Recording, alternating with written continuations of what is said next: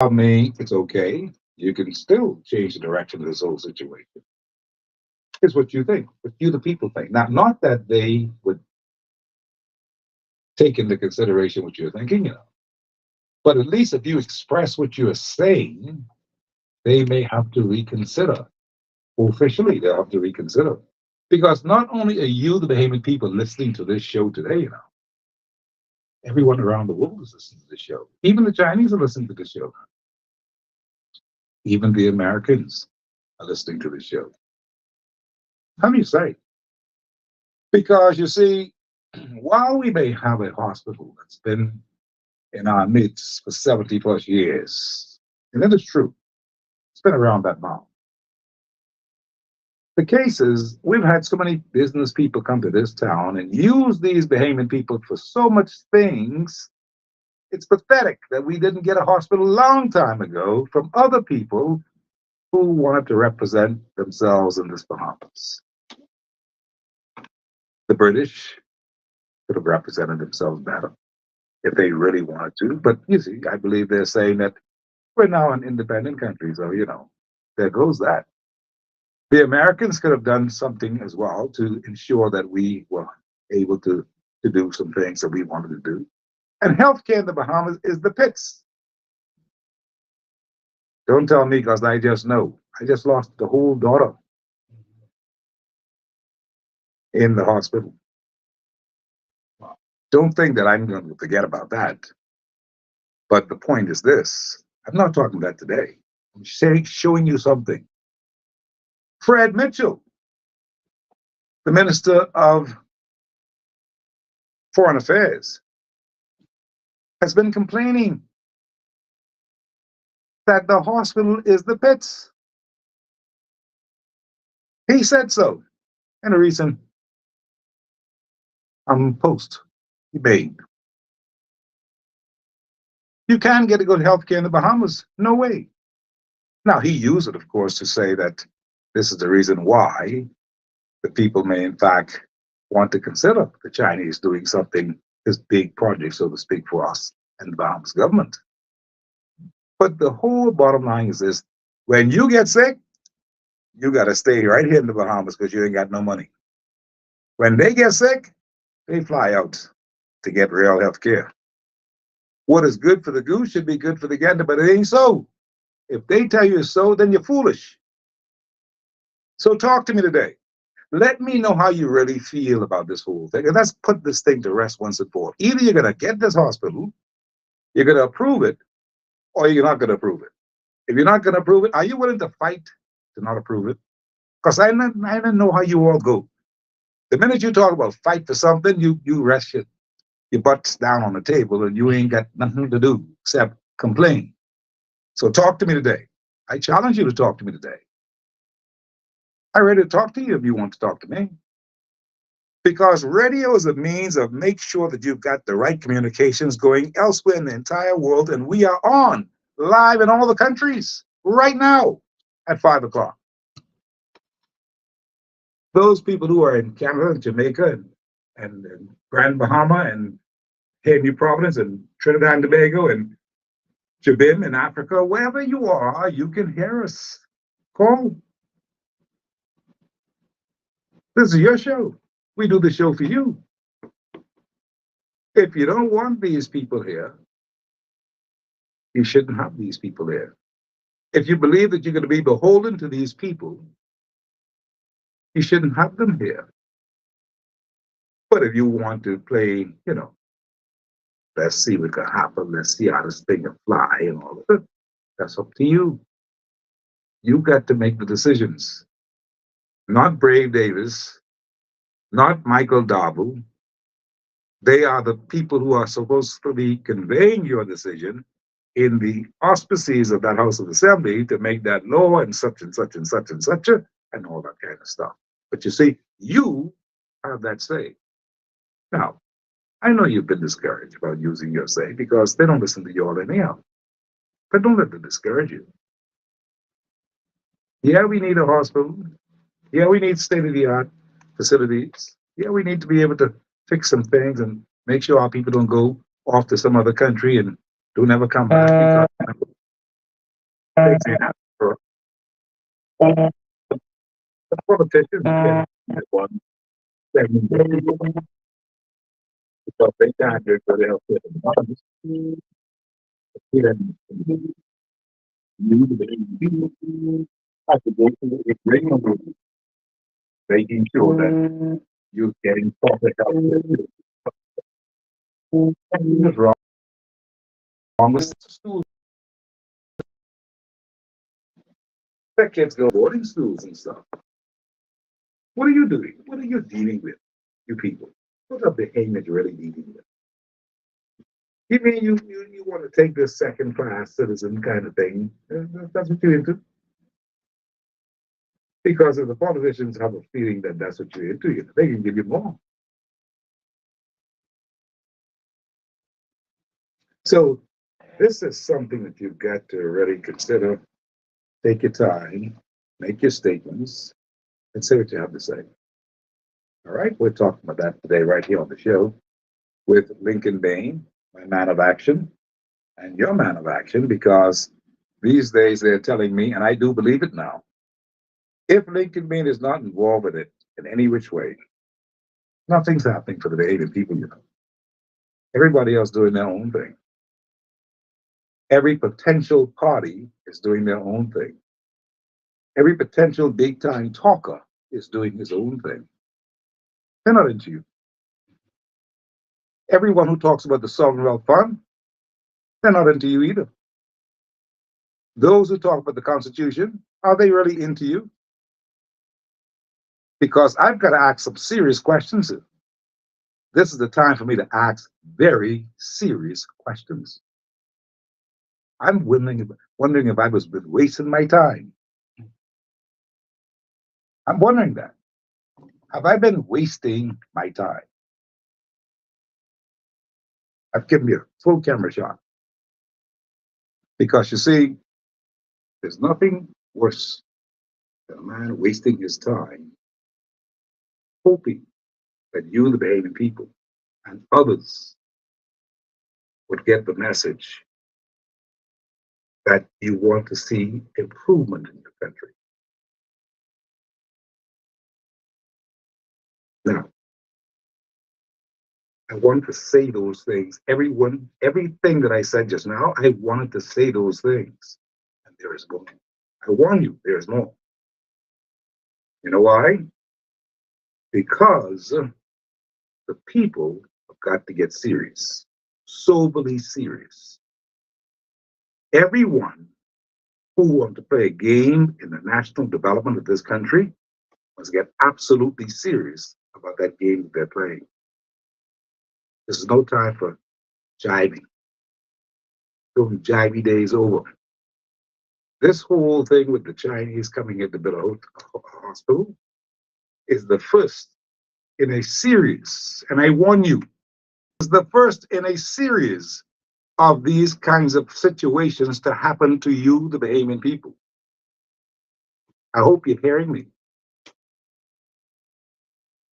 I talk in some, I leave in some, but I'm warning you.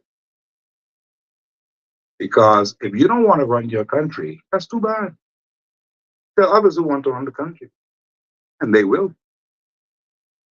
With these bunch of people who are now in the government, who's to say that they won't run the country? Are they being dictated to? These are real questions. These are questions that Pintard and others ought to be asking every single day because the country is in jeopardy. That's what it is. And you do not know what's actually happening. I've been here every day telling you things. You've proven me right. You've proven what I've been saying to be right. Yet you have not moved, not one finger. You've not gotten off your backsides to do anything about it. Lincoln Bain has been here telling you what to do. You've not done anything about it. Ricardo Thurston has been here telling you how to do some things. You've not moved. What are you waiting for? You want to lose the country? Then that will be too late. This is a serious time I'm talking about right now. And all of this is going to happen, believe you me, before the next general elections. I know you all know what I'm talking about, eh?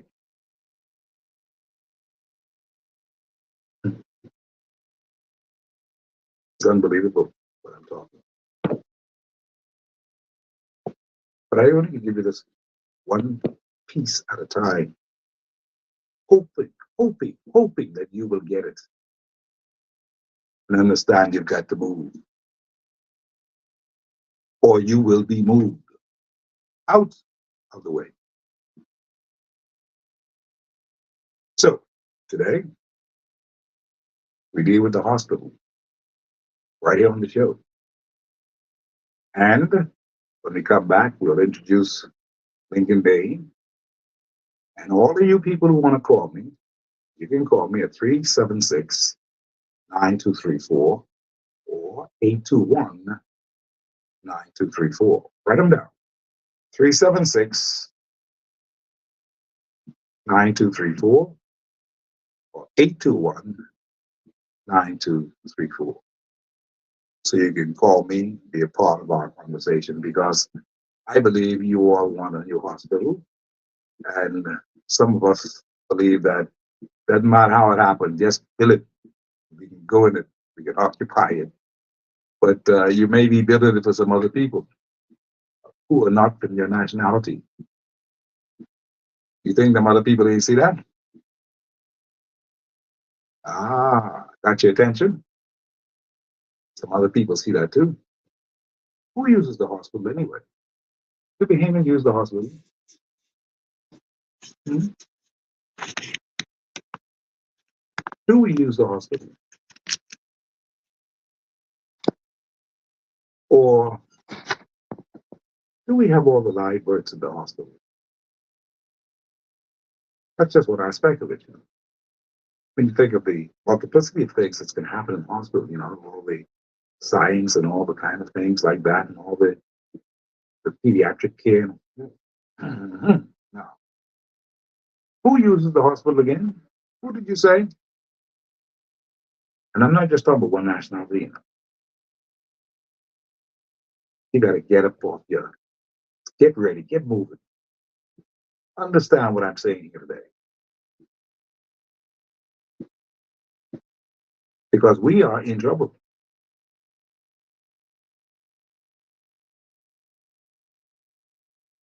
5:21 is the time right now. We're going to run to the break, come back, and when we come back, we'll give you the introduction and, of course, more with Lincoln Bay in just a minute. And when we come back, we'll do that in just a second. Hang tight.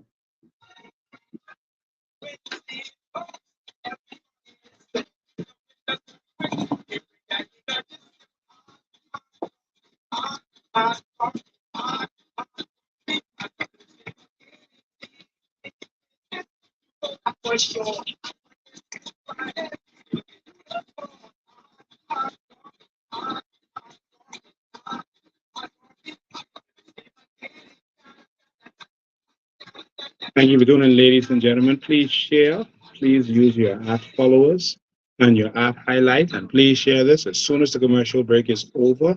We're going to get into it. We're going to talk about what's going on in the country today, including the hospital. We're going to be muted until we start again, so you'll just see. You may see me, but you won't be able to hear us until we go live again. All right. So we'll be right back.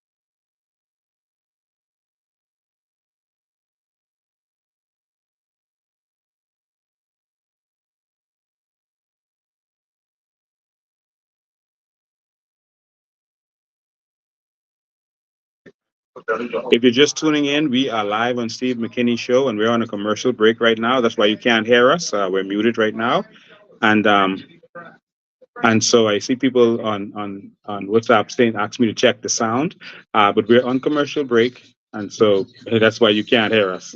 All right. So thank you so much. As soon as the commercials are finished, we'll be live.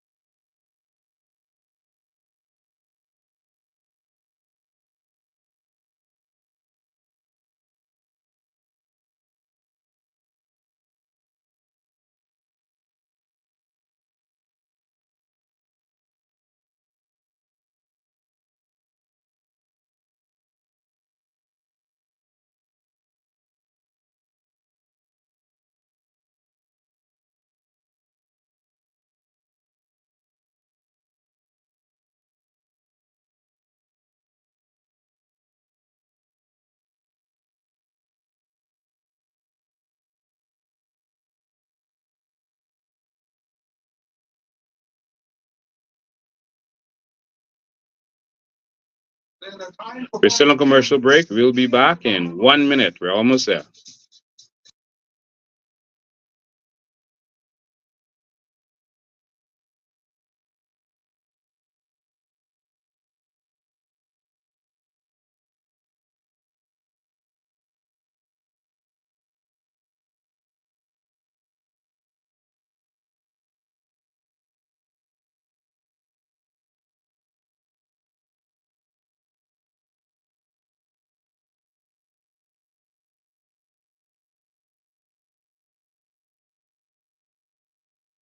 And of course, been having some rain on the outside. It is Monday the 27th as you battle the congested city streets and drive home traffic. We have a mixture of sun and cloud. Temperatures at 89 today. The nation's capital, low tonight of 74. Thank you so much for joining us on the drive home. I'm Steve McKinney. This is Hard Copy.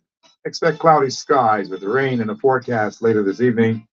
And we're being brought to you today by GAW Auto Parts, J.S. Johnson Insurance Company Limited, National Insurance Board, Advantage Insurance and Brokers, 61 Collins Avenue, Sandy's Cafe, reopened on Blake Road, Executive Printers on Jerome Avenue, the Perfume Bar, all around New Providence, Cool Tech, electronically reselling highway, Supervisor of the Albany Supermarket, Rocky Farms Nursery, Time to Garden right now, McKinney Media Group, 32 Gibbs Lane in Fort Charlotte, and of course, Geneva Brass Seafood on Eden Street in Chippingham, Ron's Electric Motors, Clarendon Wolf Road, Bahamas Foot and Ankle out there on Blake Road and Rosetta Street, Super Wash at locations everywhere, Mac and Steve on Soldier Road, Central Super Center, East Street North, and Bahamas Liquidators over there on Mackey Street. Now, of course, today on the show, we're talking with the man who has decided that this is what's going to happen. We're talking about all the right things in the country today. And we're talking with none other than Lincoln Vane, A man who people believe can do the trick and perform magic in this beautiful city. So, Lincoln Bain, we want to welcome you here to the show today. It's 5:33 in the afternoon. We want to welcome all of our callers from around the world listening in on MIXLR and, of course, on the World Wide Web and other places of interest. And, of course, the Cable Talk Box 970 and everywhere that they can listen to us on this station. We welcome you here to Peace 107.5 FM, the home of hard copy. And so, Lincoln Bain, lots of things have been happening Yes. in this country. Lots of things have been happening in this country so far. And a lot of people are saying, but what is really going on in the Bahamas today? They take a look at our crime, they see what it is. They took a look at our immigration, they see what exactly it is. They took a look at our governance of the country and they see, boy, this is not the best thing to have happened for a country as beautiful as the Bahamas. We've got so many problems, so many things that are going wrong in our country. And we've got people who have been saying to us that, don't worry, we got this under control. And they've been saying that a whole lot in recent times. And as a result of that, they are now saying to us that, boy, it's going to be okay. Not to worry with a thing, it's going to be okay. That's what they're saying. It's going to be okay. Well, is it going to be okay? Because now they're thinking that they're going to have to now try and build a new hospital here in the Bahamas. And the place, the location, may be important to some people, may be very important to the Chinese, I don't know. But Michael Dowell and Philip Brave Davis and company, they're saying things like, we hear what you're saying. But it's a little too late for that now because, we are not going to stop our plans to build this new hospital in the Bahamas. I wonder your thoughts about that and other things because I know that you're loaded as a man. You've been traveling all around and you're just getting back to the city. So I know you've heard a lot of things that's been happening in this country. What's happening? What you got on your mind today on this Monday? Well, there's so much things to say right now. Like the famous Bob Marley song says, Steve. First of all, I want to say good afternoon to the Bahamian people, and I want to thank you for your continued support and continuing to fight for this one country that we have. We don't have no other country, so we got to fight for this one, Steve. We can start with the hospital because there's so many things to talk about. We have crime that's still going out of control. We have a lot of corruption, which is a main problem. There's still a major immigration problem, even though they're not touching it right now. The country is overflowing, and so we have some stuff to talk about. But on this hospital model, we can start there, Steve. They are doing a play with words. All right. Are they? I think it's shameful to call this a hospital. Hmm. They are saying that we need a hospital. If we need a hospital, then build a hospital. Why are you shamming us with a maternity ward, a maternity clinic? That's what it Is that is. what it is, a maternity clinic? That's what they say it is. It's a maternity clinic. Well, that's why I mentioned this whole thing about who uses the hospital anyway. Are we the people using this hospital for maternity benefits, for the maternity clinic, for the maternity? Yeah, well, out of 20 babies born, one is Bahamian. That's what I'm saying. I mean, who are they building this for? See, that's a big question. People don't want to ask that question because they're afraid of the question. Well, there's a couple things we got to look into as it relates to that.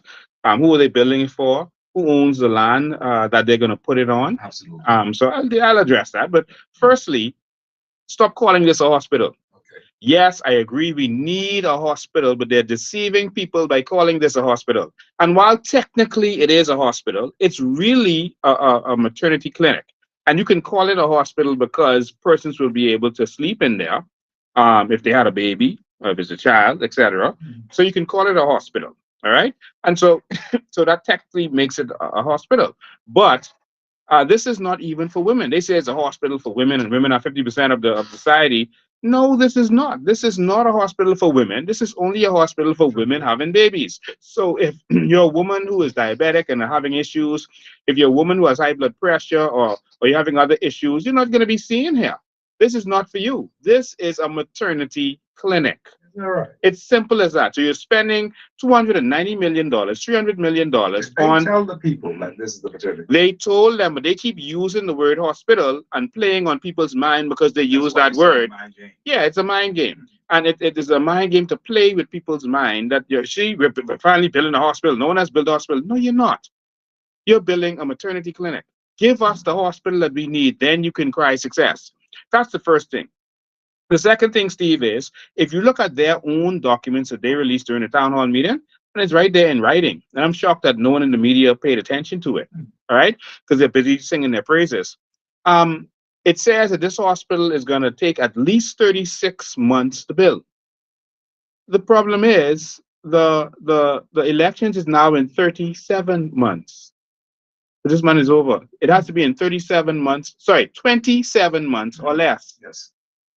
The election is in 27 months or less. This hospital will take at least 26 months to build. So what you are admitting is that you failed because you're not going to be able to build this hospital in your term. So this is not a fulfilled promise. This is a failure. They were renovating A&E from the last administration, from ministers in, over 3 years. They were just renovating A&E. That ain't finished yet. So how you telling me you could build a $290 million hospital in the same amount of time? It seems like the government has been getting into all kinds of things and mischief, I call it, because they had this place down in Abaco, in one of the islands. The people are saying that they started to break ground for that from 2023 or something like that. They were supposed to have built this airport down there, and that's not happened yet. And where's that? It was I think it's Cat Island. I think it was. Yeah, it's Cat Island. Cat Island.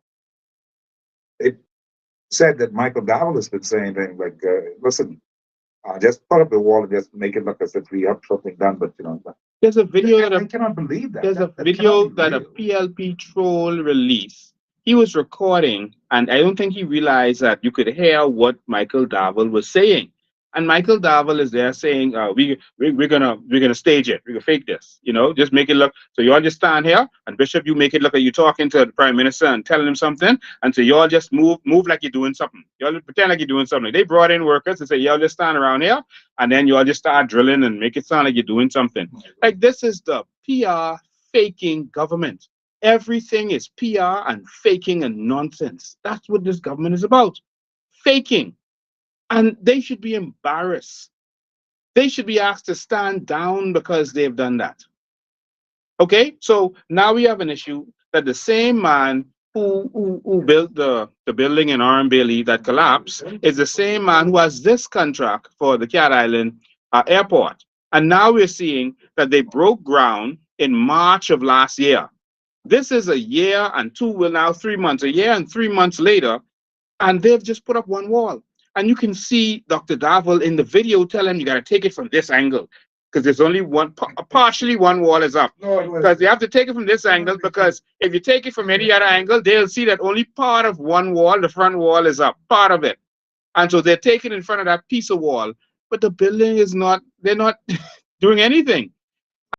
And those shabbily persons who work in it are saying that whole thing is going to have to come down. Like they just threw it up to do a PR exercise. And that's the problem. That's a failure. And that's the Prime Minister of the country who can direct for funds to go toward his constituency. And my thing is, why at this point, at the town hall meeting, they were talking about we're going to do this and we're going to do that. Why 3 years after you've been elected, you're still talking about what you're going to do? You should be wrapping things up now. You're talking about what you're going to do at this point, 3 years later? That is utterly ridiculous. That would not be acceptable. In America, you only have 4 years. So 3 years, you're still talking about you're going to do this, you're going to do that. It's because you've done nothing. Maybe it's because our people they just buy any old thing. Yeah, that could be it. They just support their party and they don't care about the country. That's what is happening. So when they get sick and have to go to the hospital and realize that there are no beds, they're out of medicine, and they're getting bad service, and their family member dies, all of a sudden they can complain. But you should have thought of that when you were voting. You should have thought of that. You're going to vote for the PLP that failed to build a hospital in over 70 years. You're going to vote for the F&M that failed to build a hospital in over 70 years. Look at how much money these oligarchs have been making from us. Y'all couldn't even build us a hospital. Not even a hospital, Steve. All the money y'all make from us every time y'all get in office. Just build us a hospital. Conspiracy theory tells us that these guys don't want us to be around anyway. So, maybe we believe in that. Yeah. Maybe we believe in a pack of nonsense and foolish things that has gotten into our heads. And we can't straighten ourselves out. But we need to stand on many issues this country is confronting. It's been confronted with. And it doesn't look as if it's going to happen because, take for instance yourself, right? You've been out there doing all these things. I tend to come along and support. Many have come. Mhm. But the real people who, in fact, want to be there are afraid to go there and say what they have to say because they don't believe that they really own this country. Mhm. If they really believe that they own this country, they'd be there. Mhm. Same thing I can say with Ricardo Thurston and all the others who've been trying to galvanize people to make something happen. It's not happening. Mhm. It's not happening because we just talking too much. We don't show no action. But I can tell you this, Steve. Talking about, you see, the revolution does not start behind a microphone. The revolution happens on the street. Absolutely. So if you want change, you have to take action. You have to actually do something. All right. And I just want to say this because there are a lot of people out there who care about this country just as much as me. And I don't have the monopoly on fighting for anything or for anyone. I don't have the monopoly on ideas, etc. There are a lot of people out there who are fighting for different causes. And I think that all of us should work together if we have the same cause that we're fighting for. And I encourage everyone to work together. But just talking about things is not going to do it. Steve, I will say to you, Steve, I will say to you, in 2020, we were educating Bahamians about our natural resources and about our carbon credits. We didn't just talk about this. We first protest that we had, a lot of people came out in the pandemic. Remember, there was lockdowns and it was illegal for you to gather in crowds. People still came out in numbers at the Russian Square. We filed a complaint to the FBI about the skullduggery that went on with our natural resources, that they acknowledge. Their concern is the statute of limitations after all this time. But we did something, all right? And we did other things at that time. We educated people about what's going on. When we came back for our next protests, again, it was lockdowns and people still came out, risked their lives and their health. And I want to thank Bahamians who stood up and risked their lives, even though the competent authority said, if you come out to this protest, you could die. They came out. And what did we do? We drafted a bill, Steve. A lot of people don't remember this. We drafted a bill to be tabled in Parliament. And we had that bill tabled in Parliament. I just want to make sure everyone, listening remembers that. It was tabled in Parliament. The F&M government fought it down. They fought against it in Parliament, but it still was tabled while we were standing outside. The Speaker of the House, Steve, said because they were fighting the F&M. All of these same people, these Pintard and all these people were fighting against the People's Bill. And the Speaker of the House said, okay, whoever, I'm going to let you all vote on whether this bill should be tabled, which he didn't have to do. That was Halson Mutri. He said, whoever opposes the bill, stand up now. Whoever is in favor, remain seated. And a miracle happened. Go back to the tape and watch it. Everyone froze in their seats. It was like God held them down. It was like God was ready to make a statement and no one moved. And Halson looked at them shocked. And he said, okay, the bill is passed. And after he said that, everyone was shocked. Like they woke up and they started to stand up. I'm on my foot. I'm on my foot. And he's like, no, it's too late. I've never seen nothing like that. Yeah. And that shows that from the beginning, God was in this. That was a miracle. Those men, they're experts. They've been in Parliament for a long time. They know what to do. They could have started on their foot, but that bill had to be tabled symbolically. And we were outside and the bill was tabled. And they came the next week, and they sent it to the bill to committee. All right. But the bill was tabled. So we drafted legislation in House of Assembly. We then came out the next week and we filed for commission of inquiry with the Governor General. All right. commission of inquiry for our aragonite, then a commission of inquiry for our oil, and what has been going on in this country. So I gave you the go ahead to make some things, other things happen. Yes, and we also filed for commission of inquiry recently with our with reference to immigration and the skullduggery that was going on there. So we have been taking action, and the reason we've been doing that is not that we believe that the politicians were going to do what we say. We're doing that because we wanted the public to see that these people are fighting against you.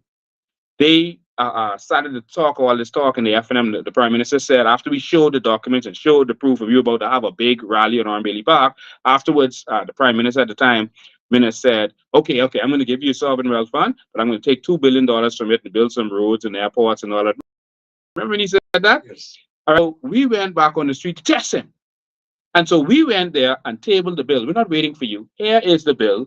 This will make us benefit from our natural resources, and let's see what you all are going to do. And they voted against that bill. We forced their hands. All right. So we've been taking action from the beginning of this. We've been educating people about carbon credits. Before election, we were talking about the carbon credits. Everyone, not everyone, the government and the opposition was saying Lincoln Bain is selling dreams. As I came on your show, as I went on my lives and I educated the people, I went on the streets and said the carbon credits thing is real. That is a big opportunity for us. We can make billions from this as a country. We should benefit from that. We read it out to them. We educated the people on that. And they said Lincoln is selling dreams. They castigated me. Oh, it's a scam. Carbon credits isn't real. Until after election, that's all they're talking about. And so I said all that to remind persons of what we have been doing. We came to the point where we realized, Steve, that activism is not enough. Going on the street and begging the government to do what is right is not enough. You have to take the government. I learned that sitting in the cell, this premonition came for me when they locked me up on fake charges before that Orange Bailey rally we were going to have.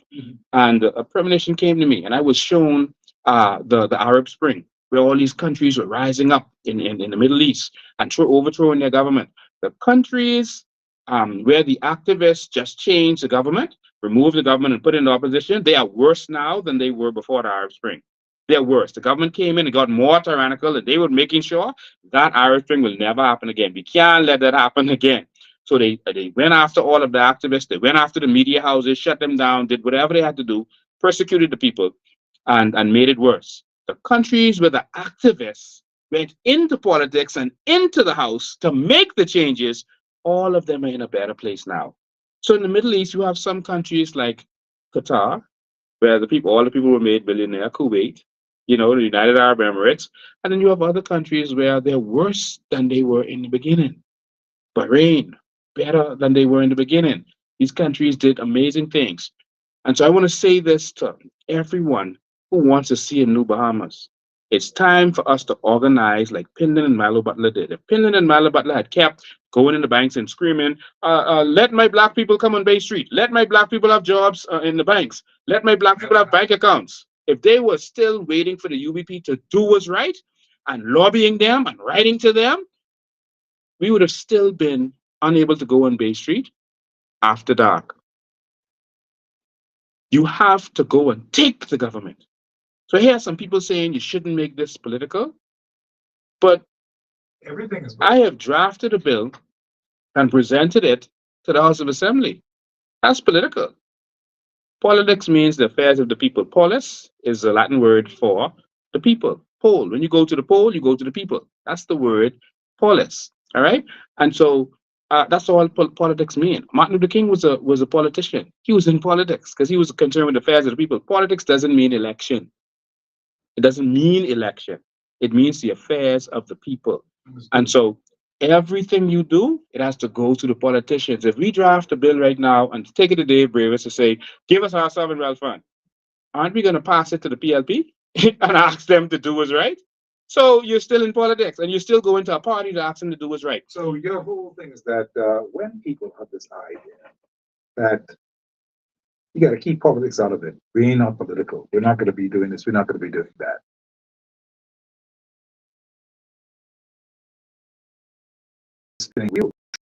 Everything, same side of politics. The whole thing is political, whether they like it or not. That's what it is. Because at the end of the day, as you just explained, if they pass something, if they get something done, you've got to go to these other people to get it passed through.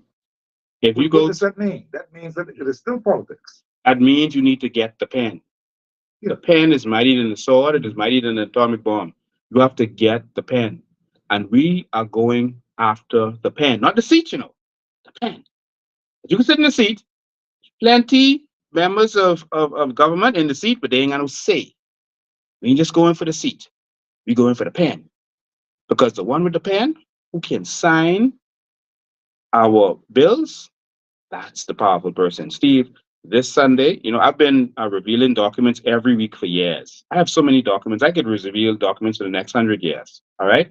But we've been revealing documents about our natural resources and that kind of stuff. I'm going to reveal a document to you that's going to change the game. This Sunday, live, 5 o'clock, join my live, and you're going to see. We're going to reveal a document that's a game changer. That's going to cause everyone's eye to open and to see where we really are.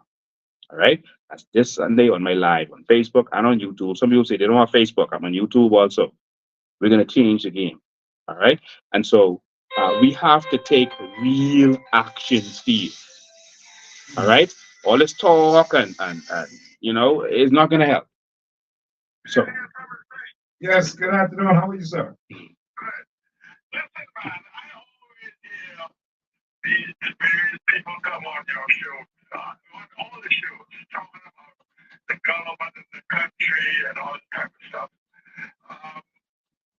It would never be no change because we are too intellectual. Everybody want to be so smart, and people are saying things that really does not necessitate, does bring about any change, doesn't assist with bringing about change. Understood. We inherit a system of governance that does not help the people in this country. It's a slavery type. In other words, we're being ruled. We have rules here. All right. When one man got the power, that's a ruler. Okay. All those men in that House of Assembly, one of them would say anything if the leader come up and make a suggestion or say something or plan something that they don't think is beneficial for the people, would advance the people. They advance the country, but not the people. They'd never open their mouth. They would never open their mouth because why? They need our seat to get our money, to get our salary. We have no change. Only change can bring change. And we're not going to have that until we change the system of governance. Think about that for a while. Just as simple as that sounds. The system of governance does not help the people in this country. All we're doing is borrowing and deeper debt. Okay? And all, like the gentleman say, fake news and all this fake movement. This is intellectual. I'm sorry to see the state we're in. Think about that for a while. Appreciate the call. Thank you much. I agree with him 100%. And that's why we're going to change the game. We're going to change the entire system. Now, the problem isn't necessarily our system because there are other countries that have the same system as us, but they don't have the problems that we have. All right. We have corrupt persons guarding the gate. Okay. All right. So it doesn't matter how good your gate is, how good your locks are. If you have a corrupt person at the gate, it doesn't matter what the gate is. And so we put corrupt persons in parliament, and the FNM and PLP have been working together to rape us and pretending that they're not one. All right. But that's another story. But we have to change the system. And that's why we're going to implement something called island states and city government. That is going to take power away from the politician. All right. And we're taking power away from the prime minister, power away from the members of parliament. The problem is after every election, the member of parliament changes his phone. You can't get him to get nothing done. You need a stop sign in your community, nothing. I've been trying for months to get the speed bumps out there on the streets. Wow. Kids' name. The kids are playing in the road. Okay? And they almost get knocked. Just about every day, somebody almost get knocked down. Yeah. These cars are coming through Gibbs Lane, in particular, speeding like hell, like a battle. I've been complaining about that from the last year, from the time they did it. So no one has ever changed. No one has ever put back those speed bumps. And this is just my little neighborhood. Wow. You can imagine in all these areas, these guys have dug up the road didn't repave the road with no bumps in the vicinity of these roads. And they know that these roads are roads of neighborhoods, little children crossing the path. And that's why people are going to get knocking down, being knocked down. Wow. Why can't they just put the bumps back in the road? See, that's a different story. I don't want to go off on that place, but the point is this: is something as simple as just putting the bumps right back in the road after you then dig up the people's road and you didn't put the bumps back. You know that those bumps were there for a reason? Yeah. This is a neighborhood, and the children are riding bikes and stuff. It's unbelievable. And no one, I've been calling Clay Sweeten, and I'm calling him again. Clay Sweeten, you've got to get in these areas and fix these roads. You pave the roads, and we thank God for you paved the roads, but the bumps are not back in the roads, and people are passing through these corners making a world of speed. Yeah. Come now, Steve, let's get it fixed. Steve, and this is why we're implementing Island State and City government. I'll paint a picture of the Bahamas for you. The Bahamas is Nassau centric, and all of our family islands are neglected. Every single one, including our second city of Freeport and Grand Bahama, all are neglected. Island states means the money made on an island stays on the island. They pay a royalty to the central government so you can operate central services, police, etc., etc. And we're going to have municipal cities where you have in your city, you have councillors, city councils, and they are going to determine with their own budget what they do, real budget. And we have local government now, but that's a sham. All right. Ingham did that to appease the international community that was trying to force this on people, but he did it and didn't give them a real budget and didn't do anything for them. All right, didn't give them real power. But now we're going to give them the full autonomy over where they are. If in Miami, if they want to build a bridge, they don't have to talk to Biden. They don't have to get permission from him. The governor can't even tell them what to do. Your local city council decides what you do. All right. That's how you're going to take the power away. That's how we take the power from the politician. Understood. So when you need to do something in your community, the politician need to find you. You don't have to find him. If he won't get something done, you got to come to the people. Absolutely. Yes. Hard copy, got to have to down. Yes, sir. Yes. I like the topic you're talking about. And this is my opinion about the hospital. My wife had a baby. And she said she did a blood test and everything is fine. While she was sleeping, they still would get blood from her. Now, I know the vaccine is talking about, but something that a lot of people don't want to really talk about. Yes, you're right about that. They need blood.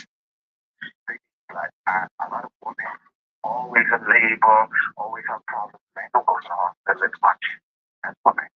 Anything happens to a woman, they go to the hospital. It's easier to get blood from a woman and a child. Very, very easy. And I think personally it's a blood thing. You understand? You mean this new hospital is a blood thing? It's all about getting people blood? Yeah, because they need to search eventually. Because I've been keeping up with the people who vaccinated and unvaccinated. They need blood. They need blood from people who are not vaccinated. They are not going to be like, I hear what you're saying. Like everybody out there. I hear what you're saying. My Lord, that's scary. No, it is very scary, but nobody's thinking about that. See, they ain't thinking about that because right now, people asking, the hospital asking every day, donate blood, donate blood, donate blood. Yes. You're asking more and more and more these days. Yeah, you're right about that. You understand? So the blood control, personally, that is the reason why I say big commodity. You understand? So I just want to say something that I wrote down for the show while I was talking or whatever. If you put a banana and money in front of a monkey, the monkey would choose banana because the monkey doesn't know money can buy a lot of bananas. And in fact, if you all work in business, people they will choose work because most people don't know the business can make more money than their salary. One of the reasons why the poor is poor is because they are not trained to recognized entrepreneurial Mm, understood. and a lot of times in schools, what they learn school in school is to work for a salary instead of working for themselves. Profit is better than wages because wages can support you, but profit can make you a fortune making money. And acting, keeping money is a behavior. Growing money is knowledge. And basically, what I'm trying to say is the minds, they manipulated this. They know what they were doing for years. And I'm sorry to say that a lot of behaviors are like monkeys. The majority of people that follow in Lincoln Bean are actually entrepreneurs, to be honest with you. And the people who don't want to work at 9 to 5 anymore, they want opportunities. So that's the wages between the fight and the body, between the PRPF and the I single see. line. You get it? I appreciate what you're saying. Okay. Thank you very much. All right. Appreciate it. Lord, and Lord, I'm thrown off by this whole fact about the gentleman says, what if, in fact, these guys are in search of blood as a commodity and not really a hospital? As Lincoln Bain had said earlier, this is the maternity ward, basically. Mhm. It's not the maternity clinic. It's not really a hospital per se. That makes us think. Put on your thing again for Bahamas for a second. Is it feasible that the Chinese people could, in fact, be looking at building and staffing a hospital in the Bahamas because they could be in search of new ventures concerning blood? Wow. I mean, It's something to think about. that's mind-boggling, really. I mean, but it happens on the show because see, people are hip to a lot of things, and people are doing a lot of reading, and people are understanding some things that we don't even understand ourselves. Yeah. Sometimes the politicians may not even understand what really this whole thing is all about. I mean, as somebody said, $290 million for a hospital. What is that really for? Mhm. That's a big question. Dwayne Sands said from the FNM, he says, why couldn't you just improve the hospital where it is now or built subsections of the different hospital and just make the whole thing a big improvement overall to show that you have been doing something or have been thinking of some things and be innovative and do some things at the general hospital. Yet we are moving along the lines of fast tracking things for the Chinese. And now Michael Dowie, the Minister of Health and Wellness, says, look, this is what I'm thinking. You all make some good points, but that's not gonna, it wasn't good enough for us to stop what we are doing and cease from what we are doing now. And we're gonna still build the hospital the way that we want to build the hospital. That's a total, he's totally ignoring what the Bahamian people are saying. And the Bahamian people have not fought back on the whole matter at all. It says, well, that's what they say, so I guess that's what's gonna happen. Yeah, I think Dwayne Sands had zero credibility as relates to this because Okay. Dwayne Sands, Dr. Minnis, and many Minnis who are called Pintard, because they were in this together. Right? He can't say, oh, that was Minnis and we want to do something different. No, you were in the cabinet when he was locking us down. You were there. You participated in that. And someone says, well, if you're in cabinet, you can't say anything, against cabinet when you come out of it because you might lose your job. Then that shows you have no integrity. There were other members of parliament who risked losing their job when they tried to raise back. And so it shows that Pintard has no credibility because he was there with them. He was there while Minnis was doing, and he said nothing about nothing. And so he was complicit in it. So you were trying to save what? Your job? And I don't know of any career that Pintard has, and so a job might be important to him. But you're worried about losing your job over saving lives, over people who were getting locked down. The COI was out there doing protests. Remember, we protested and stopped Minnis from that lockdown with immediate effect. And he locked up some people and was forced to release them. He was forced to stop that lockdown. It was us who was fighting against him. Uh, The Minister cabinet did nothing, and the PLP did nothing to stop this monster, this depraved monster. So I'm going to call Pintard Mini Menace, all right? Because he was there, complicit with everything that happened. He can't separate himself. So they did not build a hospital. That's Dwayne Sands, Menace, and Mini Menace did not build a hospital. So I don't want to hear anything from them. They have zero credibility. They bragged and Menace said, "Okay, I'm going to build a six-tower hospital. I have the money already." That them years came and gone and nothing.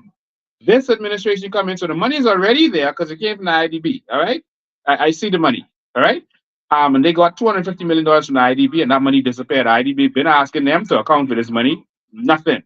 The PLP ain't account for it either. They ain't say, okay, see what minister did with the money. All of them silent. All right, all of the skullduggery that happened with Dorian. You see the PLP complaining or exposing what Minister and Pintard them did. Nothing. No commission of inquiry, no exposure of what happened under Minas. They just let it continue because they're working together. They're not against each other. And so I don't want to hear anything from Pintard, Minas, or Mini Minas or Sands about this hospital. Let the people talk about this.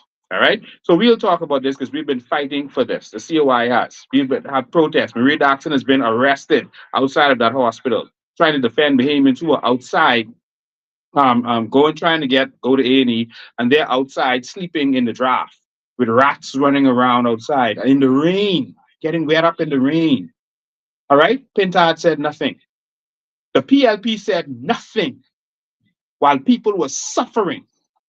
Let me ask you about this hospital, because while we're on the topic of all this thing, um, what would you say is the best remedy that we can come up with now as a self-sufficiency kind of scheme of things to make sure that we, in fact, built our real hospital, built our own hospital? What other things that you can offer right now to this particular government, just for the record, even if they don't want to listen to you? I won't use our words, right? Our numbers, sorry. Uh Michigan State University says that our carbon credits from our seagrass alone is worth $156 billion. All right, that's the value. All right, so that's what you can get if you monetize all of that. And so even if you get half of that, that's pretty good. If you get 10% of that, that's pretty good. All right. So if you have all this value, why are you out there begging? Why are you traveling around the world begging like beggars? Have we no pride? Bahamians are people with pride. We don't beg. And so the attorney general last month, he came in the Senate, and what did he say? That we're going to get $900 million a year from our. Let me stop this echo for you. We're going to get $900 million a year from our carbon credits. $900 million. Okay, I know that that is a lie. That we can get much more than that. Um, but if we just go with his number, which we know is a lie, like when Rumi Ferrero said the whole aragonite industry is only worth 2.5 million with an M dollars. It's nonsense. That's what they're doing again. So $900 million, what we're going to get a year? That sounds like a real hospital, doesn't it? That's $1 billion. So why are we begging? Let's get our $900 million and build a real hospital. Why are we going to have two hospitals in the north? Let me see. Why two hospitals in the north when most of the people live in the southwest and Very true. southeast? Very true. That's ridiculous. So why not have it in the Gladstone Road area? Well, what I'll tell you what Dr. Davel said as his excuse. Dr. Davel said the land in that area can sustain this big building, all right, 6-story building. Uh, where What do you is mean by that? it's nonsense to fools who would listen to that. Where is a Bahama built? That built on the beach. Where is Atlantis built? All right. So what do you mean you can't build it in in the Glasson Road area? They said it's too low. Okay, if you're looking at the southern part of Gladstone Road, that's lower. But why don't you just do a parking lot underneath then? And so the first floor would be elevated, right? So you just gotta have ingenuity. Put a parking lot, an indoor parking lot underneath, and then have the hospital start above it. If that's a problem, which it isn't, right? It's just a lie. Why don't you use the part of Gladstone Road that's next to and west of Fusion, the movie theater? Yes. That's all hills. And there's a lot of vacant land there. There's hundreds of acres of vacant land right next to it. That's hills. So they just want to have it in this specific area. And then if you look at the documents that they release about this area, the hospital is only going to be on one small, minute part of this. They acquired 50.03 acres of land, Steve. That's their document. All right, I'm looking at it right now. 50.03 acres of land they acquired for this. A lot of that land is protected land. So you didn't do it to expand because you can't put it on most of that land. And they're only putting it on the part right to the road, a small part. You know how much of that is going to be used by the building and the yard outside? How much? 2.56 acres. So why did you acquire 50.03 acres when you're only going to use for yard and building 2.56 acres? It's on their document. They said uh, the proposed square footage is 111,548 square feet. An acre is about 43,650 square feet. So this is 2.56 acres. So you bought a bunch of land. This look like a land grab. But who are you buying that land from? So we need them to tell us who own this land that you're going to be funneling. Some of that 290 million is going towards buying the land. All right. And so 50 acres is a lot of money. How much is that word per acre? You see where that is? That's next to Sanford Drive. That's almost near the Sanders Beach. Is that 500,000 an acre? How much money is that? Is it 500,000 an acre? So who do you believe owns this land, or which group of companies? There are rumors that Frankie Wilson and Arak Holmes and them have land in that area. All right, and other persons. Not again. Again, because he has land for sure next to it that he's developed, and they believe that this You land, think he has anything and the to do with government this needs to thing? confirm it to us. You think Mr. Wilson has anything to do with this? So Franklin has anything to do with this whole thing with the land grab, or as you put it? That's what it looks like. Whenever the PLP gets in power, this is the kind of stuff that we see. We see this kind of under the table deals. When the FNM gets in power, they just go and take what they want. All right? And we know that Pintard is going to be a puppet for Brent Simonet and Fred Smith. We know that. Brent Simonet has never endorsed anyone, but he's all about endorsing Pintard. Pintard came out defending the Hall of West Coast when the government challenged him about the $50 million food program and the money that went missing. They said, oops, Pintard was defending them. So why did you haven't defended Bahamian people at that point? Are you defending the Hall of West Coast? And now he's defending the port, all right, against the government. So now you can use who they're defending to see where their money is going to come from. You don't think it's just a matter of principle that he's defending them because he doesn't agree with what the You government can't is defend on that principle. How could you give money to persons who have zero experience in feeding the public in this country? How could you funnel $54 million? No, I wasn't talking. I was talking about the fact that he was defending the Grand Bahama Port Authority and this whole thing with this all this money with Brady Davis. I'm saying that they've been owing them.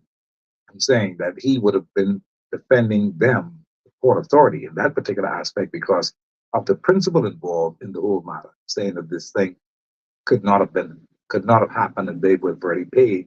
This money's already back to the government at that particular time. That's what I'm saying. No, I don't believe it's a principle. I believe that's who's buttering his bread, and that's Okay. why he is defending as it relates to that.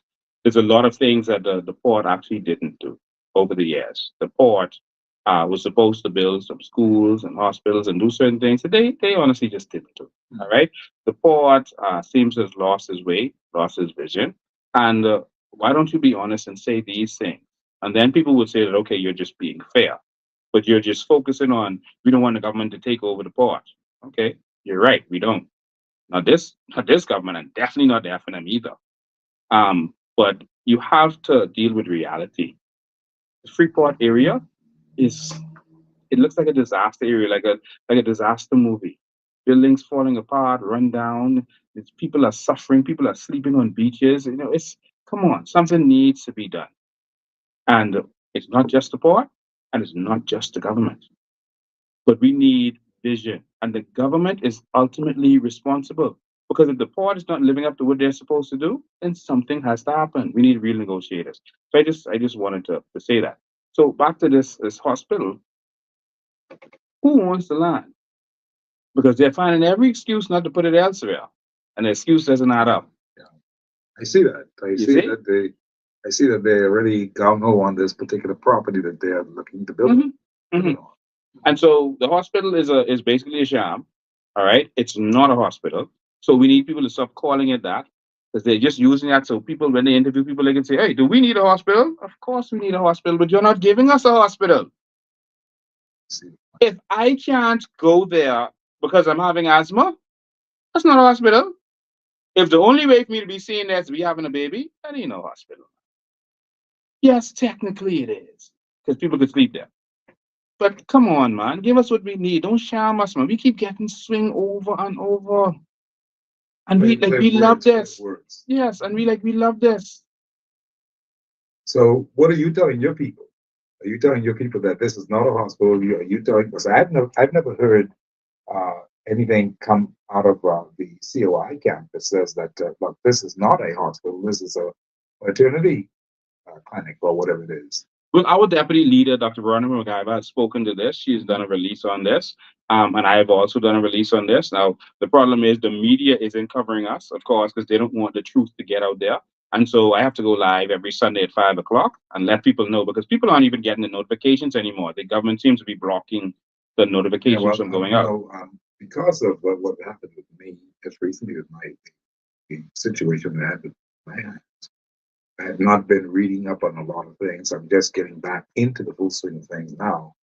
That's one of the reasons why I decided that I was going to call you today Mhm. to make sure that we can be up to speed on some things, so we can look at things that Chase and deal with. And so, I try to be what that happened with myself with that kind of Yeah, you have my situation. deepest sympathy. It's threw me for a loop. And so, we have to put it all together. We can still on the air and all that kind of stuff, but at the same time, frame of mind and all that kind of stuff, not the best at that particular Yeah. time. Hard copy, how are you? Yeah, good afternoon, Steve. It's good to be back. It's good to be back. Preaching number 7, GNN. What's happening, GNN? What's going on? Yeah, man. Good afternoon, Mr. Lickman. Good afternoon, my brother. How are you? Awesome. It's good to be back. It's good to have you back. I hope all is going well with you. Yes. Yeah, man. Everything's going to be. Okay, good. Mr. Bean, I am listening with interest to what you're saying. You're basically right on point. But there was one thing that I listened to a guy, but I don't know if she can say it or you can't say it now. You're building a maternity hospital, right, in this country. I have some friends, some female friends that were not caring. They were getting out. Someday they come home extreme.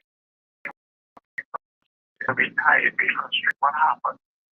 They say, man, we on the maternity ward on the 10 features, but I just was an hypothetical because on the 10 features, if we can't understand, that's what none of them say. So, what a dilemma. I said, what a dilemma.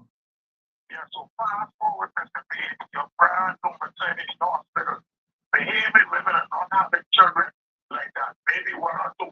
So who you think, Mr. B, is going to be laying up in the branch right in the hospital, take the papers of those beds? Well, we mentioned that at the beginning of the show. I said out of 20 patients, one is Bahamian. And of course, this is going to benefit others, not us. Yeah, of course. That is what that is for. And I think the Prime Minister is fulfilling the double ages. He's fulfilling his promise to his people. Boy, He's doing the promise to the Bahamian people, but he doing on the other hand. Well, the Patriots got their work cut out for them. That's what that means, you know. We certainly do. Because the fella's not only going to try to capitalize on who's here, he's going to bring more baby machines here and Yeah. make more babies in here. And the next thing you know, before you can blink your eye, you will be no more. It's a plan. It's a plan. It's a plan. And what is this? What is this called? What the prime minister did prior to and what he's doing on the treason. On the treason against the Bahamian people. Yeah, but we don't even know what treason mean no more. See, let me just bring you around to it. You've got to say exactly what is actually happening. What he is doing now, he ought not to be able to even think of doing it. If he thought of doing it, he should surely drop down dead. That's what has to happen because it is not correct. It is a betrayal to the entire country. And so when you break down this treason thing, don't talk about this treason because people ain't even understanding what you're saying. That you got to call it what it is. This thing is utter nonsense, and it should not even be considered by anyone in this country, much less the prime minister. Yeah. You understand what I'm saying? So you gotta all these pretty words.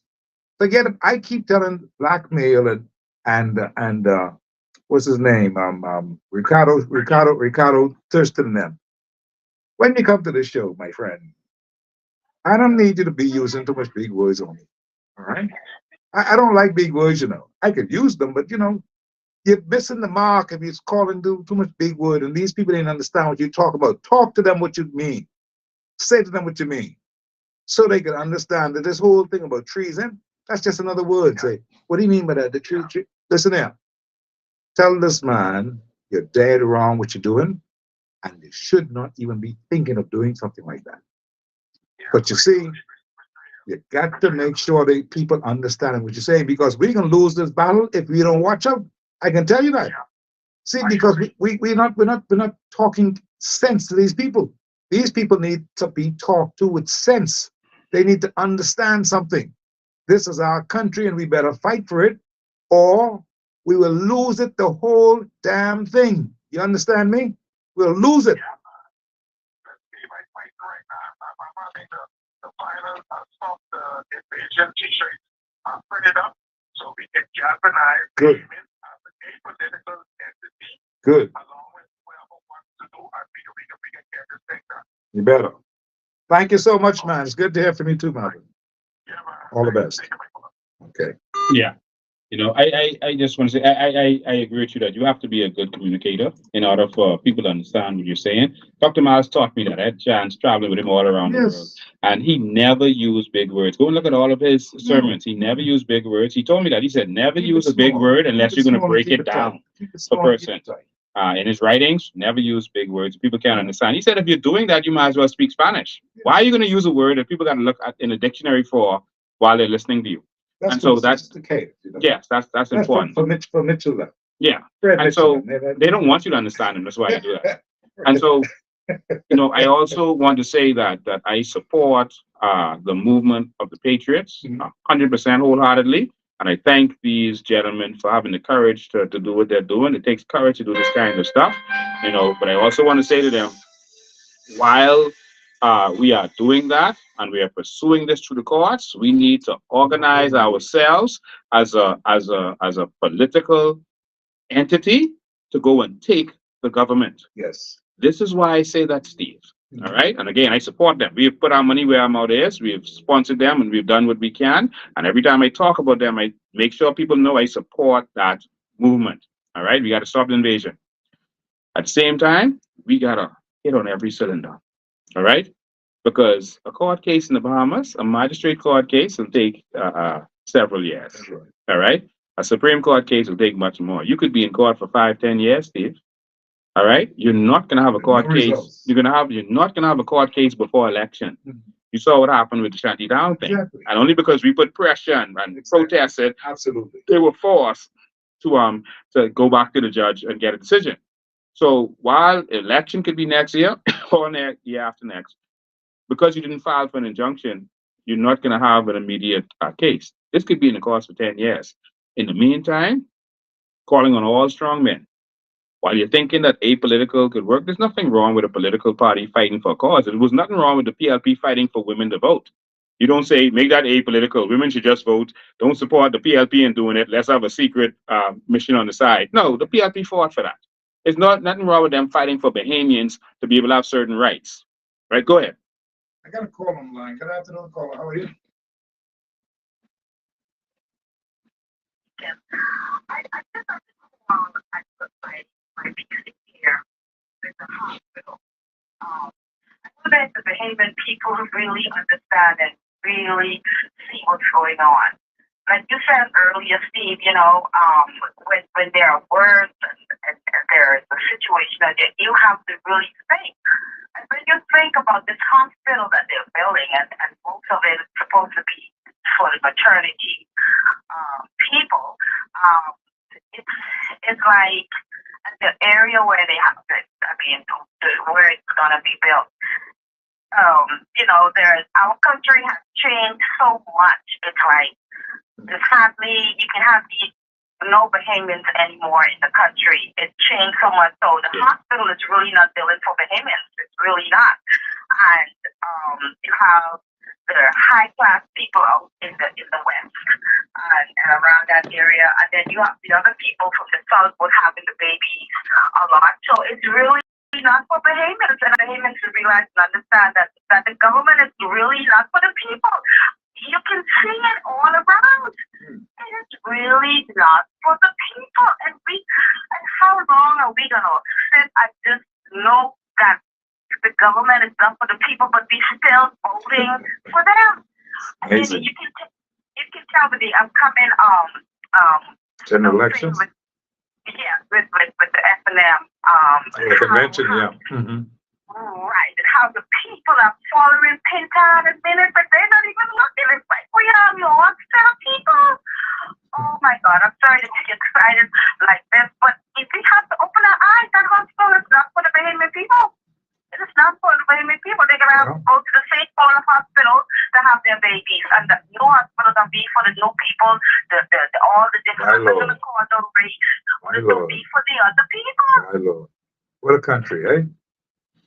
This is what we have been building all these years. A country not for us. Jesus, not for us. Wow.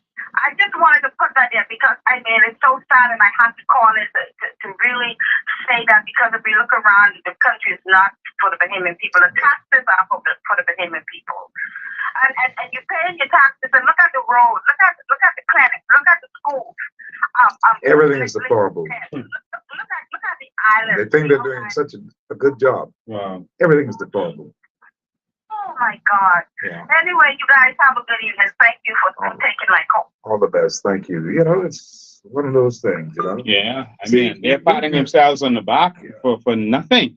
I see they had a big thing with in Exuma, Water and Sewage is laying some pipes, and they're having big celebration over that. Like, seriously? Laying pipes? No one should be celebrating doing their job. That's like me celebrating my maid making up the bed or washing the dishes. Oh, my maid washed the dishes. This is such a good maid. That last maid before was so bad. 50 years' time.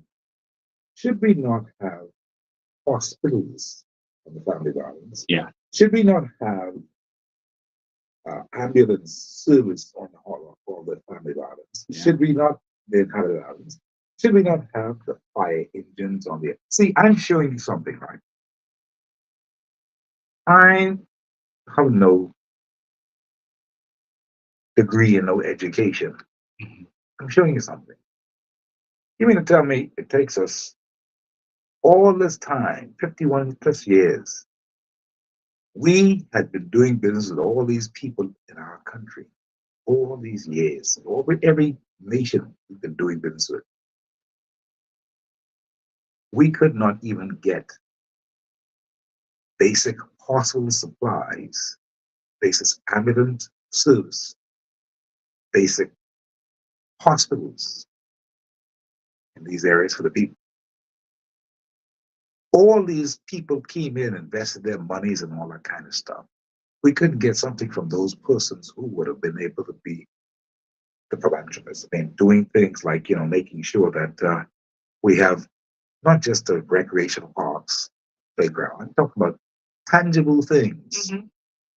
All these years, we couldn't hustle nothing from those people. Mhm. We are still depending upon the Chinese people to come and save us through a miscommunication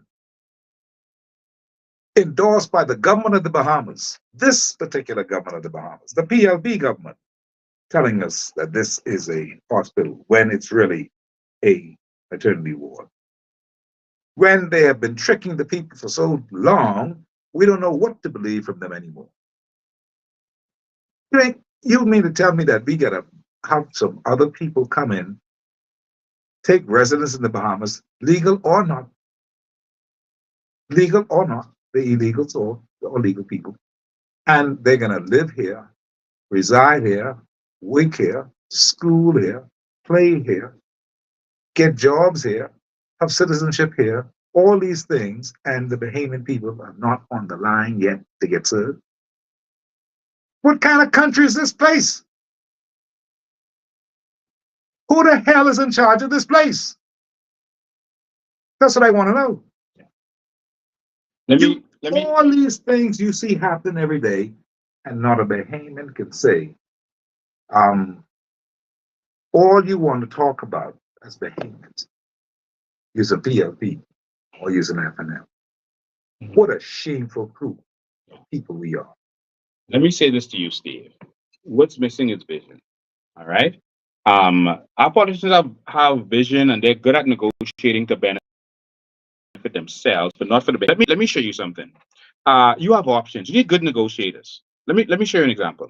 You have three major hotels on New Providence Island alone, right? You have Albany, you have Bahama, you have Atlantis. You could the first phase of Atlantis costs $1 billion, and each phase after that costs $1 billion. You could tell them, listen, if you're going to be bringing all these people into our country, we're going to need a hospital. And so we're going to need you to contribute a portion of it. Bahama, you have all these people coming in our country. We need to make sure we have a proper hospital for them if they get sick. You're going to contribute a part of it. Albany, you're bringing all of these people into our country. You're going to contribute a part of it. Oh, Carnival, Royal Caribbean, Carnival, you're making $20 billion a year, which is going to be probably double this year because they're doing more ships this year. Royal Caribbean, you made 10 billion with a B dollars.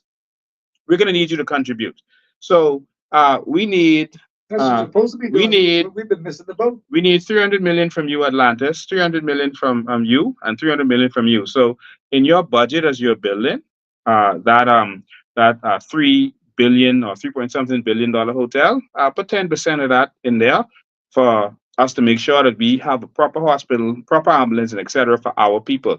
Now you see the difference in negotiation. The Yeah. problem is they too busy negotiating for themselves under the table, trying to get stores in the building, trying to get their own business, negotiating, trying to offer them services like we had questions about Jerome Fitzgerald.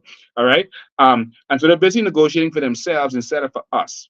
Now look at this. So, and I'm sure they would be willing to do that to make sure that yes, that contribute to society so they look good. They love to do these. That aside, let's say you do a mandatory health insurance for your tourists. You have 9 million tourists. Let's say you do the health insurance of $50, which will guarantee you if something happens to you, you have free healthcare in the Bahamas, or we can helicopter or fly you air ambulance over to Miami so that you can get your proper healthcare. I think tourists would do that. When we're renting cars in the US, we pay more than that for insurance. All right. When you're renting your car from Dollar, look how much you pay for insurance. And sometimes you can get insurance that's going to protect you, and Bahamians pay for it. All right, they'll pay sometimes $19 a day just for their rent a car insurance. So if you charge everyone coming in that ship, everyone coming in the hotels, you charge them an insurance to make sure that they're safe. That money goes to building our hospital. If 9 million tourists, $50, what is that? $450 million right there, and that's free money. All we need is vision. That's all we need. So with the contributions of these people who want to build their big resorts in our country, we're not going to stop them. They're going to build their resorts just as we're going to build ours too. from our natural resources. But now we need a vision. We need a government that's going to sit down every day thinking about how they can make life better for the Bahamian people, That's what you need. not make life stressful for us. And that's what's missing in our country, real vision. I tell you. Anyway, it's right now 6:38. We've lost a lot of our time here today, but it's been good talking with you and all that kind of stuff. We're going to talk again for our next 20 plus minutes. Let me go and draw and pay some bills here, and take care of some commercials and all that kind of stuff. And then, of course, we'll come back and continue here on the last portion of our show today, because this hospital thing has really been an eye opener. I didn't know that some of these things that we talked about. They didn't know some of those things, right? Like the hospital is going to be not a hospital, but a maternity clinic. And that's the size of it. Yeah. You're going to build this for 920. How much? They're spending $290 million. $290 million. $290 million on this hospital. And the end result is that it's only going to add more to our problems of woes and distress. Because we've been having woes and distress for a little while now, since the last 60, the 80 years. With illegals coming to the country and just taking up residence and doing what they feel like doing. And now it's going to happen more, even more. Mm-hmm. And this is what our government is doing. This is what your government is doing. Yeah. So if you don't understand that, I can't make it no plainer for you. Can't make it no plainer for you.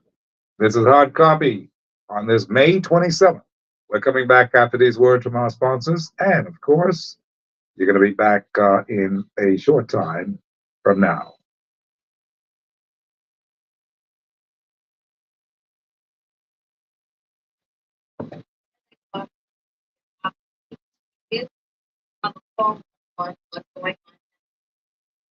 We're on commercial break. We'll be back in just a minute. What's going on? Very informative. I love listening to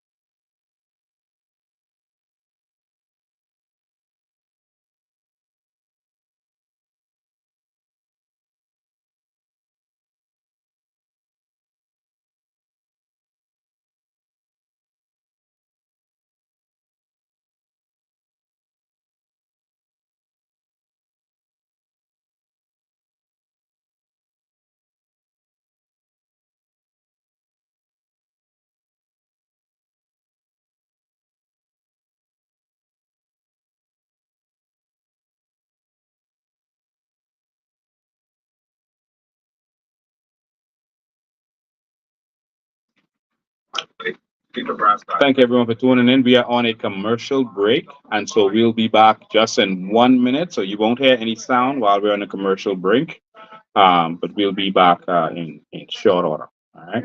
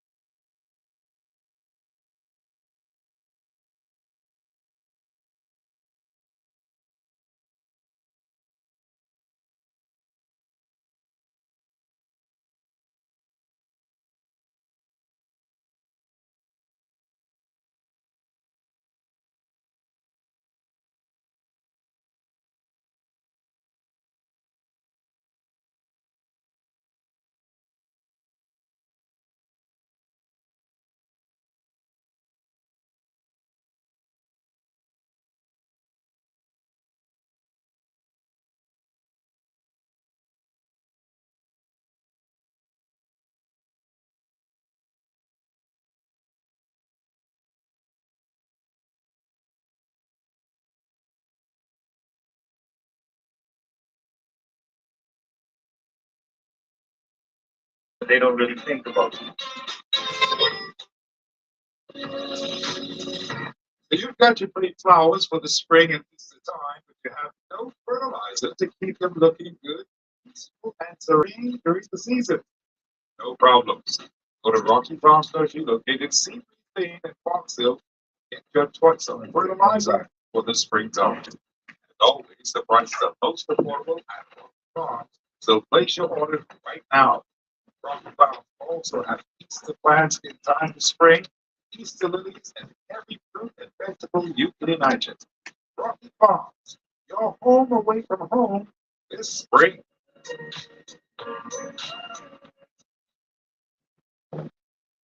Be sure to stay cool all year round, especially when those hot summer months roll in. Keep cool. Cool Tech. Located on Williams Valley Highway, Cool Tech is your #1 affordable air conditioning center. They install and service everything they sell. That means prompt, reliable service 24/7.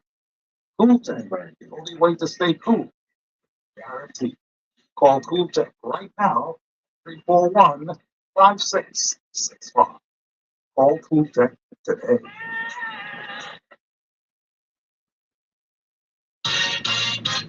When you see the folks, everybody listen. The windows more quick. Every day you got this with hot coffee, hot coffee, hot coffee. I don't listen, but evening visit. You know that for sure. On Mondays through Fridays, still you the score on hot coffee, hot coffee, hot coffee. I don't listen, but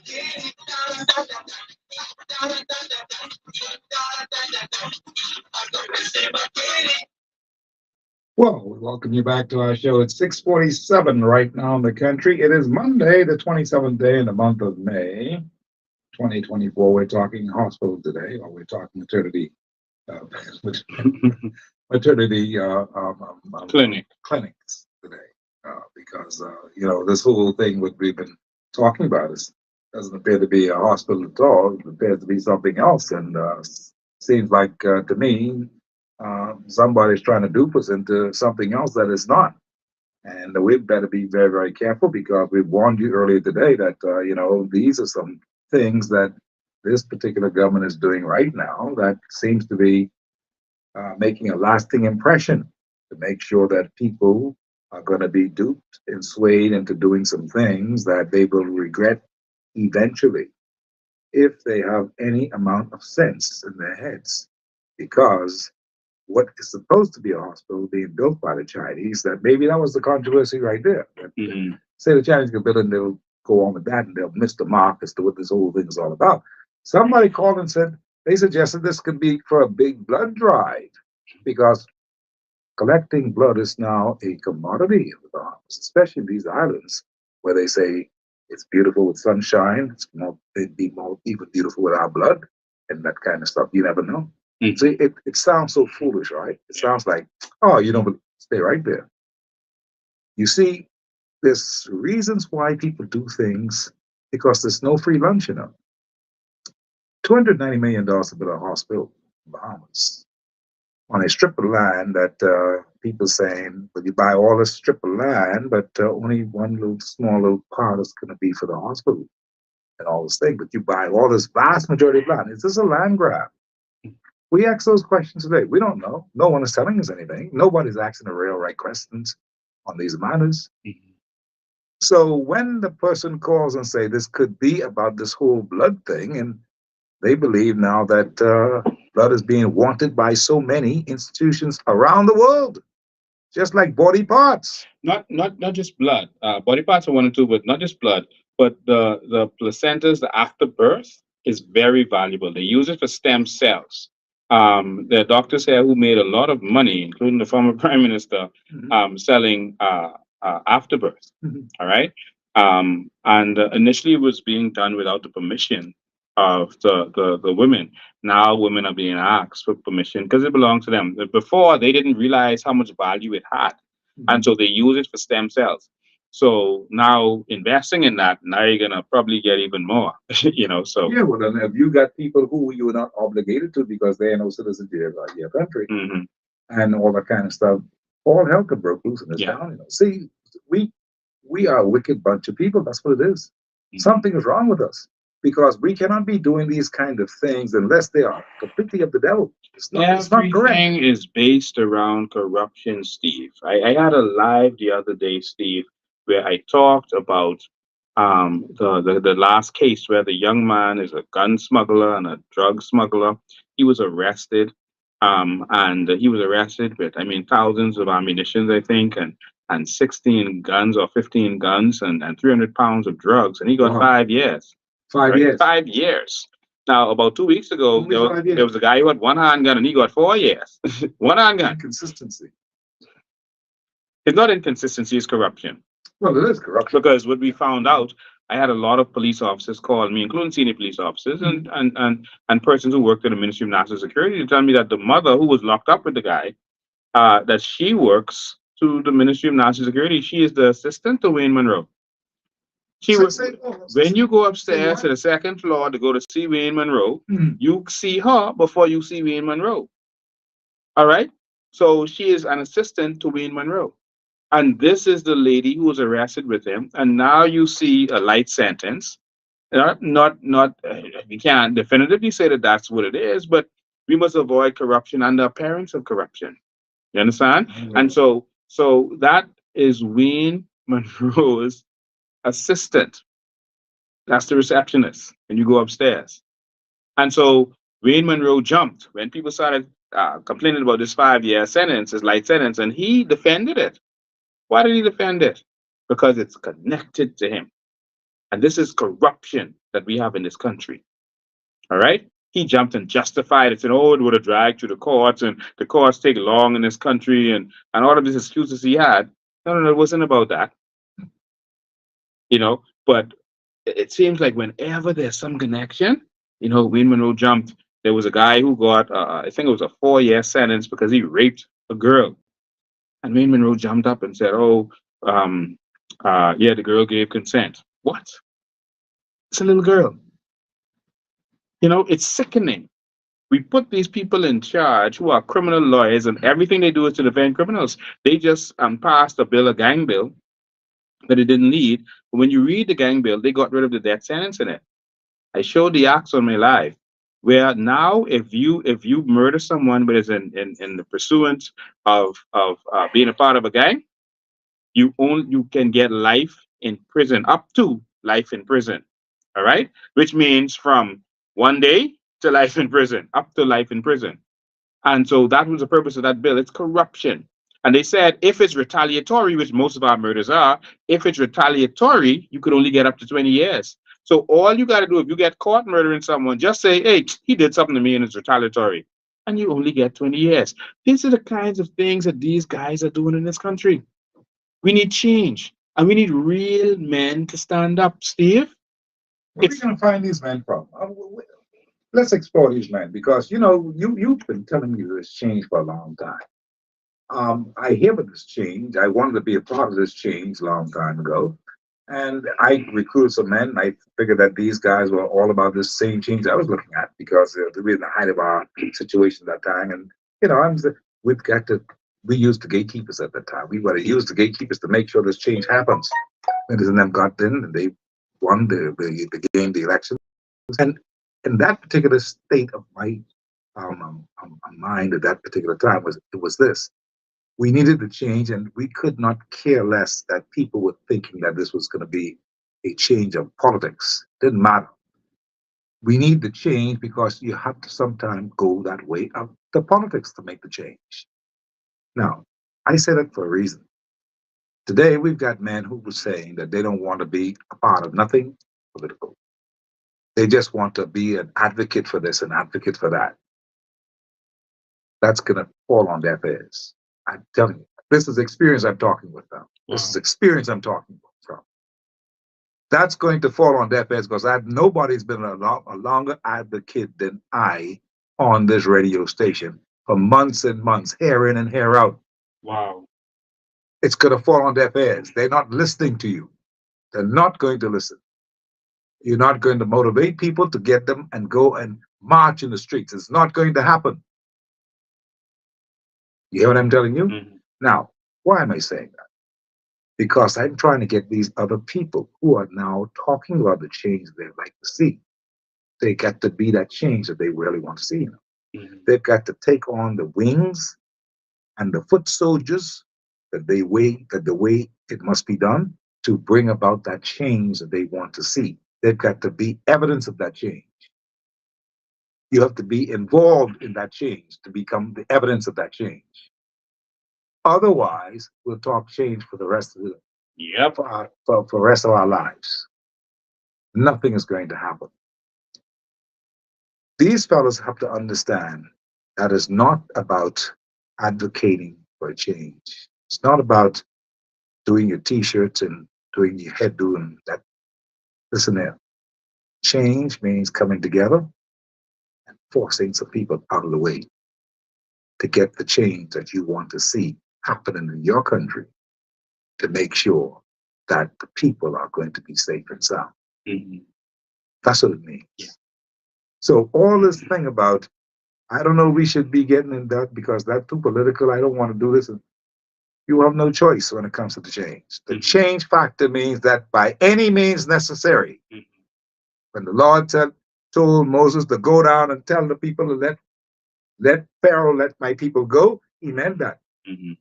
Wasn't taking no, but I can't talk, I just stammer. That's too bad. You're still good. Mhm. That's what change is all about. Yeah. Change is not about a fella joking around and thinking that you're looking for record and looking for name, rank, and all. No, no, sir. Yeah. Change is about doing the right things at the right time to make sure that happens for the people Yeah. who God wants it to happen for. Yeah. So I ask those people today, what are you doing? What are you really doing? You cannot you cannot say you don't want to deal with politics, but you're going to go to the politician and beg them to do what's right. Yeah. You're going right back to the same politician. So it doesn't really add up because, okay, what next? Like, let's say you put something in writing, you give it to the politician, and then he says, no. What next, Steve? What are you going to do then? You're depending on that same politician. You're taking it to a political party to get them to do what you want them to do, and that's not enough. All right. Now we did that, but we did that because we wanted to educate the Bahamian people that they're fighting against you. Don't mind the talks. We're going to force them to make a decision and watch the decision that they make, and it opened up the eyes of a lot of people, and that was our MO. Hard copy, how you doing? Good evening, Steve. Good evening, Mr. May. Good evening. Good evening, Steve. I would like to get a 2.5% interest loan if I could. Right now, the prime rate in the United States is 8.5. Mm-hmm. So the question is, why would the Chinese be giving us a loan at 2.5%? Ah, boy. All right. Mm-hmm. And we can't be stupid about this, all right? Mhm. They're giving us that loan because it's a quid pro quo arrangement. They are gaining access to our markets, right? In exchange for these quid pro in these deals, they're getting access to our markets. Mhm. They're getting access to our restaurant markets. Yes. From Mortimer Candy Kitchen, Steve, down to Southeast Police Station, there's no less than 20 Chinese restaurants Oh, boy, tell me about it. alone. They're gaining access to our liquor license. Yes, they are. And we're not doing anything about it. By these low interest loans, they are in effect buying access to our restaurant or liquor. They bought access to our hotel markets, Steve. Very true. And oh, by the way, Steve, Mhm. they have bought access to our downtown market.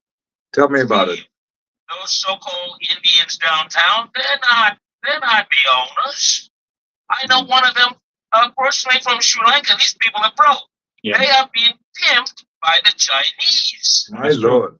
That is true. That's what they're doing. Yes, the Chinese are pimping these dudes. All right? Because they feel that it'll be more palatable to the Yes, yes, yes. people, Yes, that's what it is. rather than their people. That's all it is.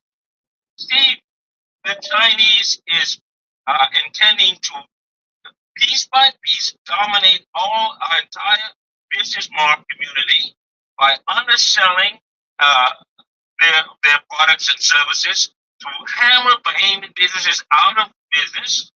And once they are dominating sufficiently an entire market, then they will hike up the price on us. I see Bahamians running the Chinese. Oh, no, Chinese cheap, the Chinese cheap, the Chinese cheap. Yeah, they're cheap in the short run. Yeah. But once they've driven Bahamian business companies out of business, Mhm. then they will hike up the price, and there will be nothing we can do about it, Steve. My Lord. My Lord. All right. Now, Steve. Mhm. That aside, I wonder if we could look at this immigration situation. It's slightly connected. Yes, go ahead. I'm listening. Over the last 40 or 50 years, we have no reason to believe that we can stop illegal migration into our open borders. Mhm. So therefore, what do we know? We know that they will keep on coming, That's right. and there's nothing we can do to stop them. So whatever the numbers are now, how frightening they may be, Mhm. it's only going to increase. They're going to increase their numbers through illegal migration and through their birth rate. And so You just said what it. I'm getting to, Steve, is we don't have any choice in this matter. We are going to have to do what the Dominican Republic has done. Yes, that's right. I agree with you. No choice. I agree with They you. are going to continue to overrun us, and there is nothing we have proven. Until we are run We out have of the no country. evidence. Exactly. We have no evidence to suggest that we can control migration and we can't control their birth rate, so we have no other choice. Now, I know how many Bahamians feel. We Mhm. all have patient friends that we like, and we feel very fond of them, Mhm. but that will have to be put aside. You better believe it. The good ones will have to suffer for the guilty. Absolutely. Steve. And I'm all for that. All must be who are here illegally must be repatriated, and those who receive their papers illegally must be revoked and sent home. Simple matter. Only that which we need. I say the same thing, my friend. Say simple matter. Okay, we don't have any choice. I hope your audience understand what I just said. Oh, they've been hearing this. They've been hearing this. They've been hearing this for months and years now. They've been hearing this. Yeah, we better. We better. And I thank you for your call. Absolutely, my brother. Yeah. You see, yeah, we don't have no choice. No. What choice do we have? And only one organization is going to have the courage to do what needs to be done, and that's the COI. Yes. Good afternoon, sir. How are you? Good afternoon. Are you there? Good afternoon, Mr. Mckinney. Yes. How are you? I'm good. Ricardo Thurston here. Yes, Ricardo Thurston. How are you? I see you have Mr. Baird in studio with you. Yes, I do. And well, let me say this. And I'll keep it short. I see we are answering back and forth the merits of what I am doing versus what Mr. Bain is doing. And you're speaking about it in a kind of, we all understand what's going on.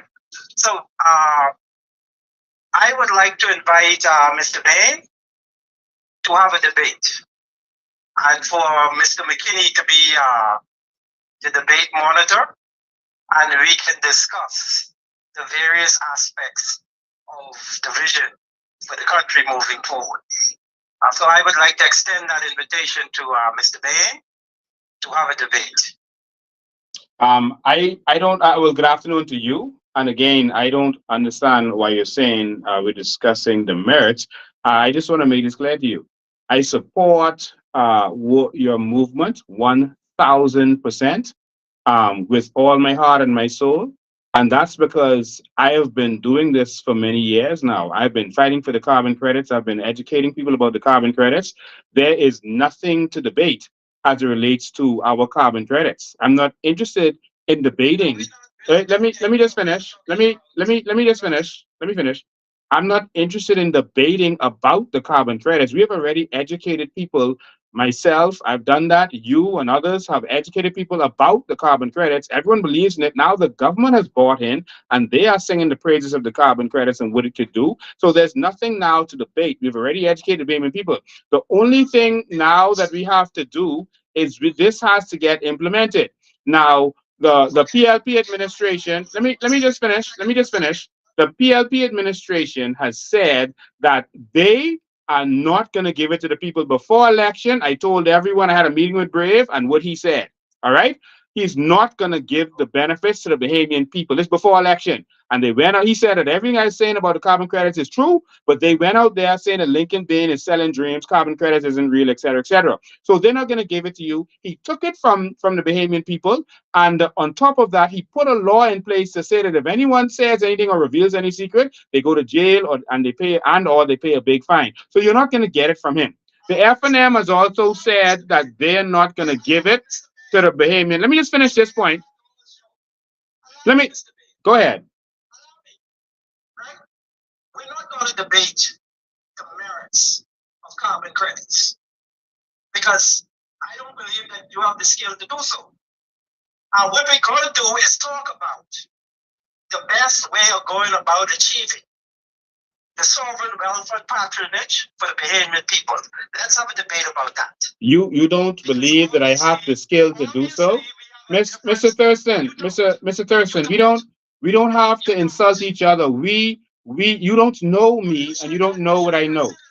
So listen to what listen to what I'm saying, my brother. Listen to my brother. I don't understand what all the vitriol is for. I don't understand what all the vitriol is for. But my brother, let me just say this to you. I support the movement that you are talking about. I am not interested in debating about the best way to fight for the carbon credits. I have been fighting for the carbon credits. I was on the street getting locked up for this. I protested, went to the government. We drafted a bill for Bahamians to benefit from their natural resources, etc. And so I've been fighting for this. I am not interested in debating the merits of it or saying who is right and who is wrong. Bro, if you want to sound like you are right, and you want to be a professional, you want to say that you're the professional in this, go ahead. I don't care about the credit for anything. I just want us to benefit. That is all I want. I'm not interested in saying we should do it politically or we should do it apolitically. I'm not interested in that conversation, my brother. I am interested in working with anyone, including you, Mr. Thurston. I took you to lunch on 2 occasions. I took you to lunch, paid for your lunch, and had a conversation with you about the fact that we need to work together as a people. You said you didn't want to work with me because people would think it's political. I said, so be it, but it's not going to look good in the end.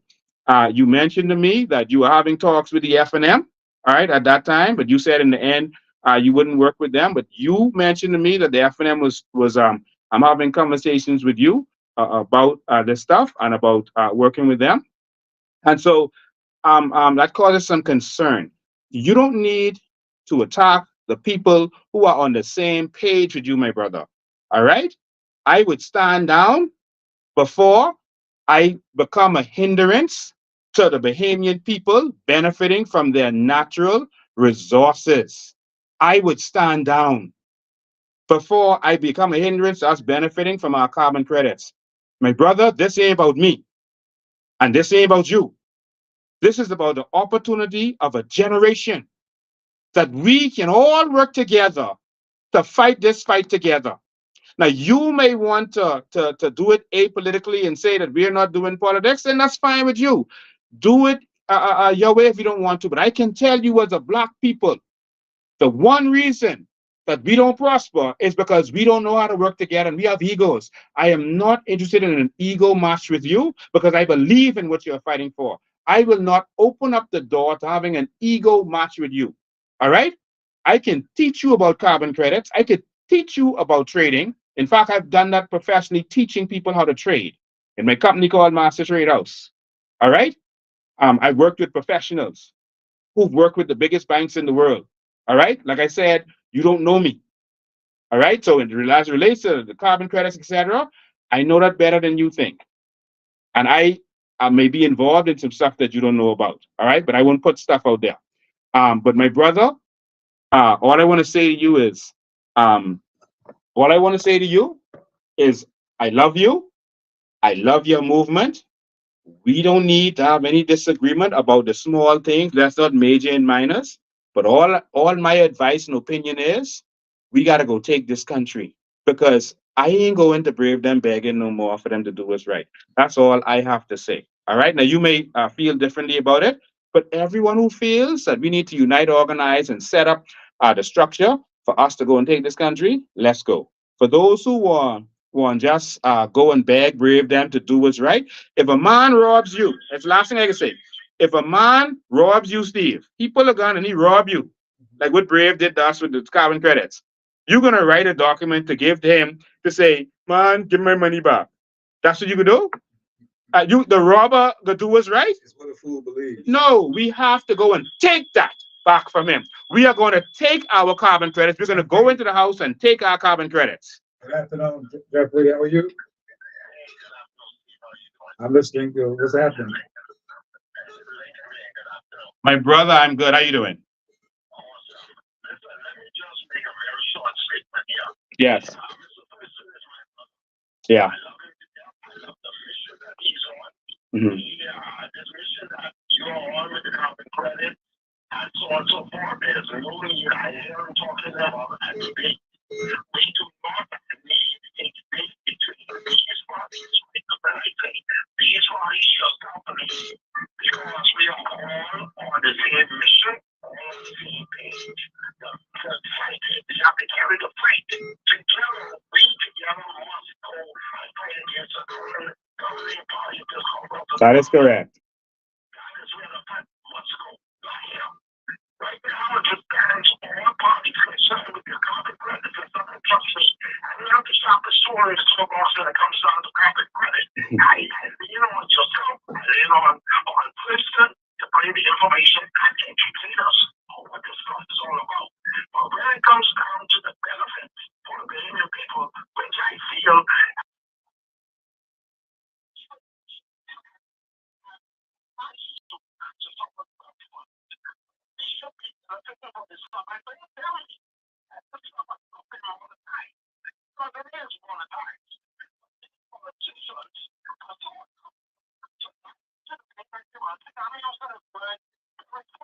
Yes.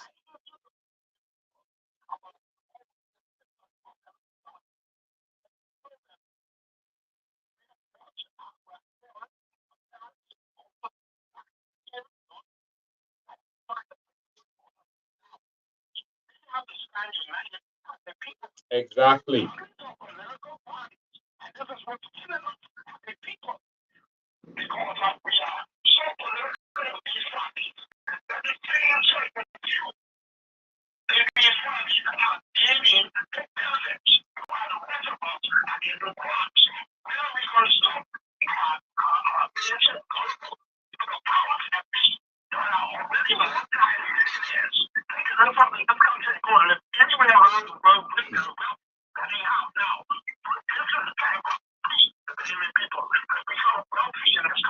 I hear what you're saying. Yeah.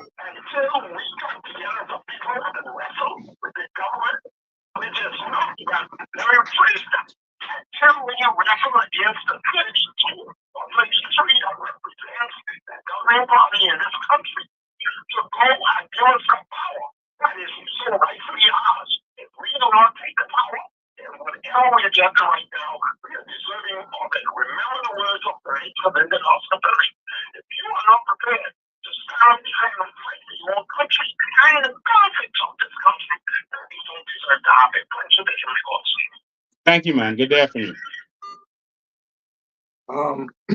Steve. 41 missed calls. Wow. Yeah, everyone's calling now. Steve, I care about one thing. Bahamians benefiting from their natural resources. I don't care about saying who has the biggest stick, who is smarter. And I don't care about the ego part of it.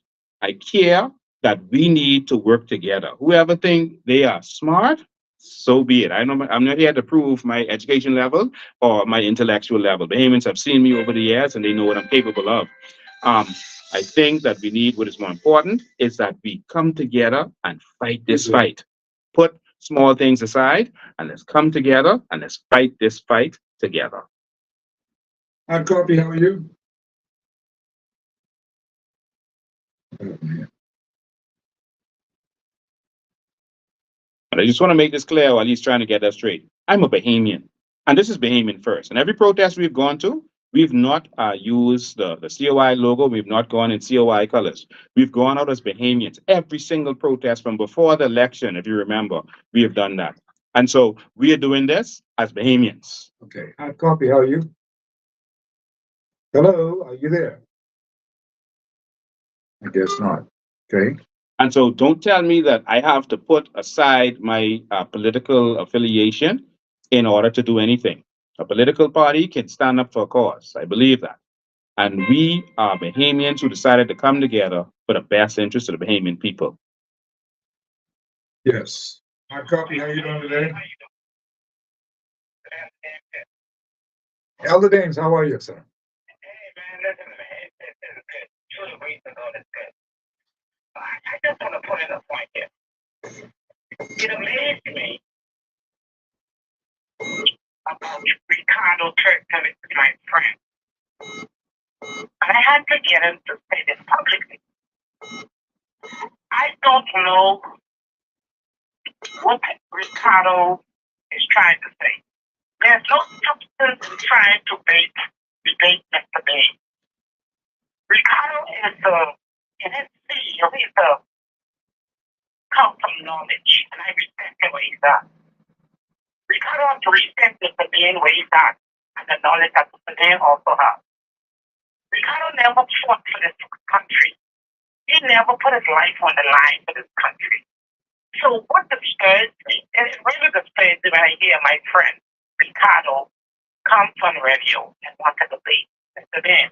There's nothing about debate. It's something we need to fight together to save this country out of the tyrant leader. But it seems like, the greatest sin a man could ever commit, and I hate for one in the sight of God, is pride. And one of the things, the human being, they love notoriety, and they always, especially the black niggas, they always want to be in the top. They will see another person's vision. And if they have some vision, come together, sit down, discuss it. The COI is a political party. You cannot change things in this country if you are not a political party to get the people power, to put you in the seat of authority, to present our law so we as the Bahamian people can live. We can talk as much as we can. I always say this to person. You can be educated, but not intelligent. What makes a person intelligent is when they can sit down together and add common sense to their education. And all of us are smart in our own way. All of us are intelligent in our own way. But the greatest degree we ought to apply to our education is common sense. We got a country to save. We got a nation that we are fighting for. And some of us have been here a long time trying to save the country. Don't forget that. And I'm very disappointed in Mr. Ricardo. And I'm very disappointed in you. It seems pride is a silly thing. And I don't appreciate. We got a country to fight. And Mr. Ricardo, although with your knowledge, come put your knowledge with Mr. Bain's knowledge. He's the head of a political party, a third party in this country, looking to take power for the people, so we as the people, including yourself, so we can benefit together from our carbon credit and every other thing else in this country.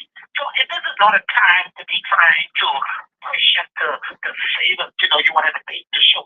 Everybody knows, Ricardo, that you have some level knowledge. You have some knowledge in your field. And Mr. Bain was fighting, he has a lot of knowledge in his field and really knowledge on different things. So this is the problem with our black people. We all want to be, you can have 10 leaders in one organization. You cannot do that. And this is what the PLP and the FNM want. I don't know if someone is pushing Ricardo. And I see here on Saturday. I have to talk to you, but I have to say that you you come up publicly, I have to really say, I'm disappointed in you. I'm very disappointed in you, Mr. Ricardo. I'm disappointed in you for you to do that and talk to the child of the day. This is the time not to know challenge. This is the time to come together. And that's when this war. Right now, you're fighting a battle, but we need to win the war. And the only way we can win the war is when we, with our knowledge, come together in one shell and share with one another and say, okay, this is what we need to do. We have to learn to submit to one another, experience to submit to one another knowledge, but we only can have one leader leading this kind of time to bring this country and take it into the new Bahamas. I love you, Mr. You're my friend. Mr. Bean is my friend. And guess what? And Mr. Bean has fought in this nation. I didn't get locked up and fought. And so why are you on the chance, Mr. Bean? What's the purpose? Only thing I can say is pride. You need to get rid of pride. The Bible says pride cometh before a fall. Let's fight together and let's win this war. We're in a battle. Pride cometh before fall. We cannot win it by pulling against one True another. words have never been spoken. Love you, Mr. Bean. God bless you. Love you too, my brother. God bless of yours. And let's do this together. God bless you. Thank you. Yeah, just want to make this clear to Ricardo Thurston. I still appreciate the work that you've done over the last year. You have done it brilliantly. I love the way that you have broken down the act that they passed, and you showed Bahamian certain things in that. You were very good at that, and we need you to continue to do that, and to continue to educate the Bahamian people. We appreciate everything that you have done, and you have done it brilliantly. So you're appreciated. All right. Still willing to work with you and anyone else who is willing to come out there, get together, and fight for this cause. But I'm still going to be on the front line, taking the blows, taking the bullets. They're going to scandalize me every week. There's going to be another scandal, another lie. I'm going to continue to take that. Probably next week or week after, they'll have another thing about me. But that's what it takes when you want to really fight to see change. I've been kicked, dragged, stumped, spent time in jail, eating jail food. But again, I appreciate the work that you have done. I am no better than you. You are my Bahamian brother, and we must work together. That phone call that I received just now was Ricardo Thurston calling me back. That's it again. Let me just tell you, I'm not answering that phone call anymore. I refuse to answer that phone call because I don't think that Ricardo's is about the essence of what the show's all about today. You think that Godfrey Talavo or Mr. Dames, Elder Dames, was disappointed? You all do not know how disappointed I am. So I'm not taking any more calls. I will pray this evening that he will not be so full of pride, and that he will allow people to have their say like he wants to have his say. I'm a fair man. That's the way it's going to be. We're not going to tolerate that kind of stuff on this show. For nobody. Not Ricardo Thurston, not Blackmail, not Tricky, not Sydney, nor Lady Russell. We're not going to do that. We have to be fair. What happened this evening on the show was an outright attack by Mr. Thurston. For that, I am very sorry for it. I want to apologize for that. Okay? And Mr. Bain, I want to thank you very kindly. I just want to also say this for everyone to understand. I have invited on many occasions Ricardo Thurston on my platform, on my live. I did a live series. It was not about COI. There were people there that I even don't agree with. All right. We had persons on my live. It was just a vision series. and I invited him to speak and educate the Bahamian people about carbon credits. I offered him my platform, all I'm right, sure you've done so the that he right can thing. speak. I I even don't know. I don't know what to make of Ricardo Thurston in the last couple of weeks. I can be honest with you, because those calls you heard just now, they're not the only calls I've gotten since the time he called me that first time on this show and attacked yourself. I've gotten numerous calls for the last 2 months. That's one of the reasons why I say, let me just weigh this thing again. I'm being honest. See, you've got to sometimes, in your exuberance to help people, you make mistakes. I'm hoping that's not a mistake. And I'm going to leave it right there. I'm hoping that's not a mistake. In your exuberance to help people, because you're trying to build a country, you must include all people when you're trying to build a country. I'm serious about building the country. Always has been. It's always been my thing. Check my record. It's 42 plus years old now. My record in journalism. Check it. I'm not going to have anybody come and ruin the show or ruin what we are trying to do to build a country with nonsense and garbage. That's what it is. Pure nonsense and pure garbage. I'm disappointed. That's our show for this evening. And hopefully all things will go well.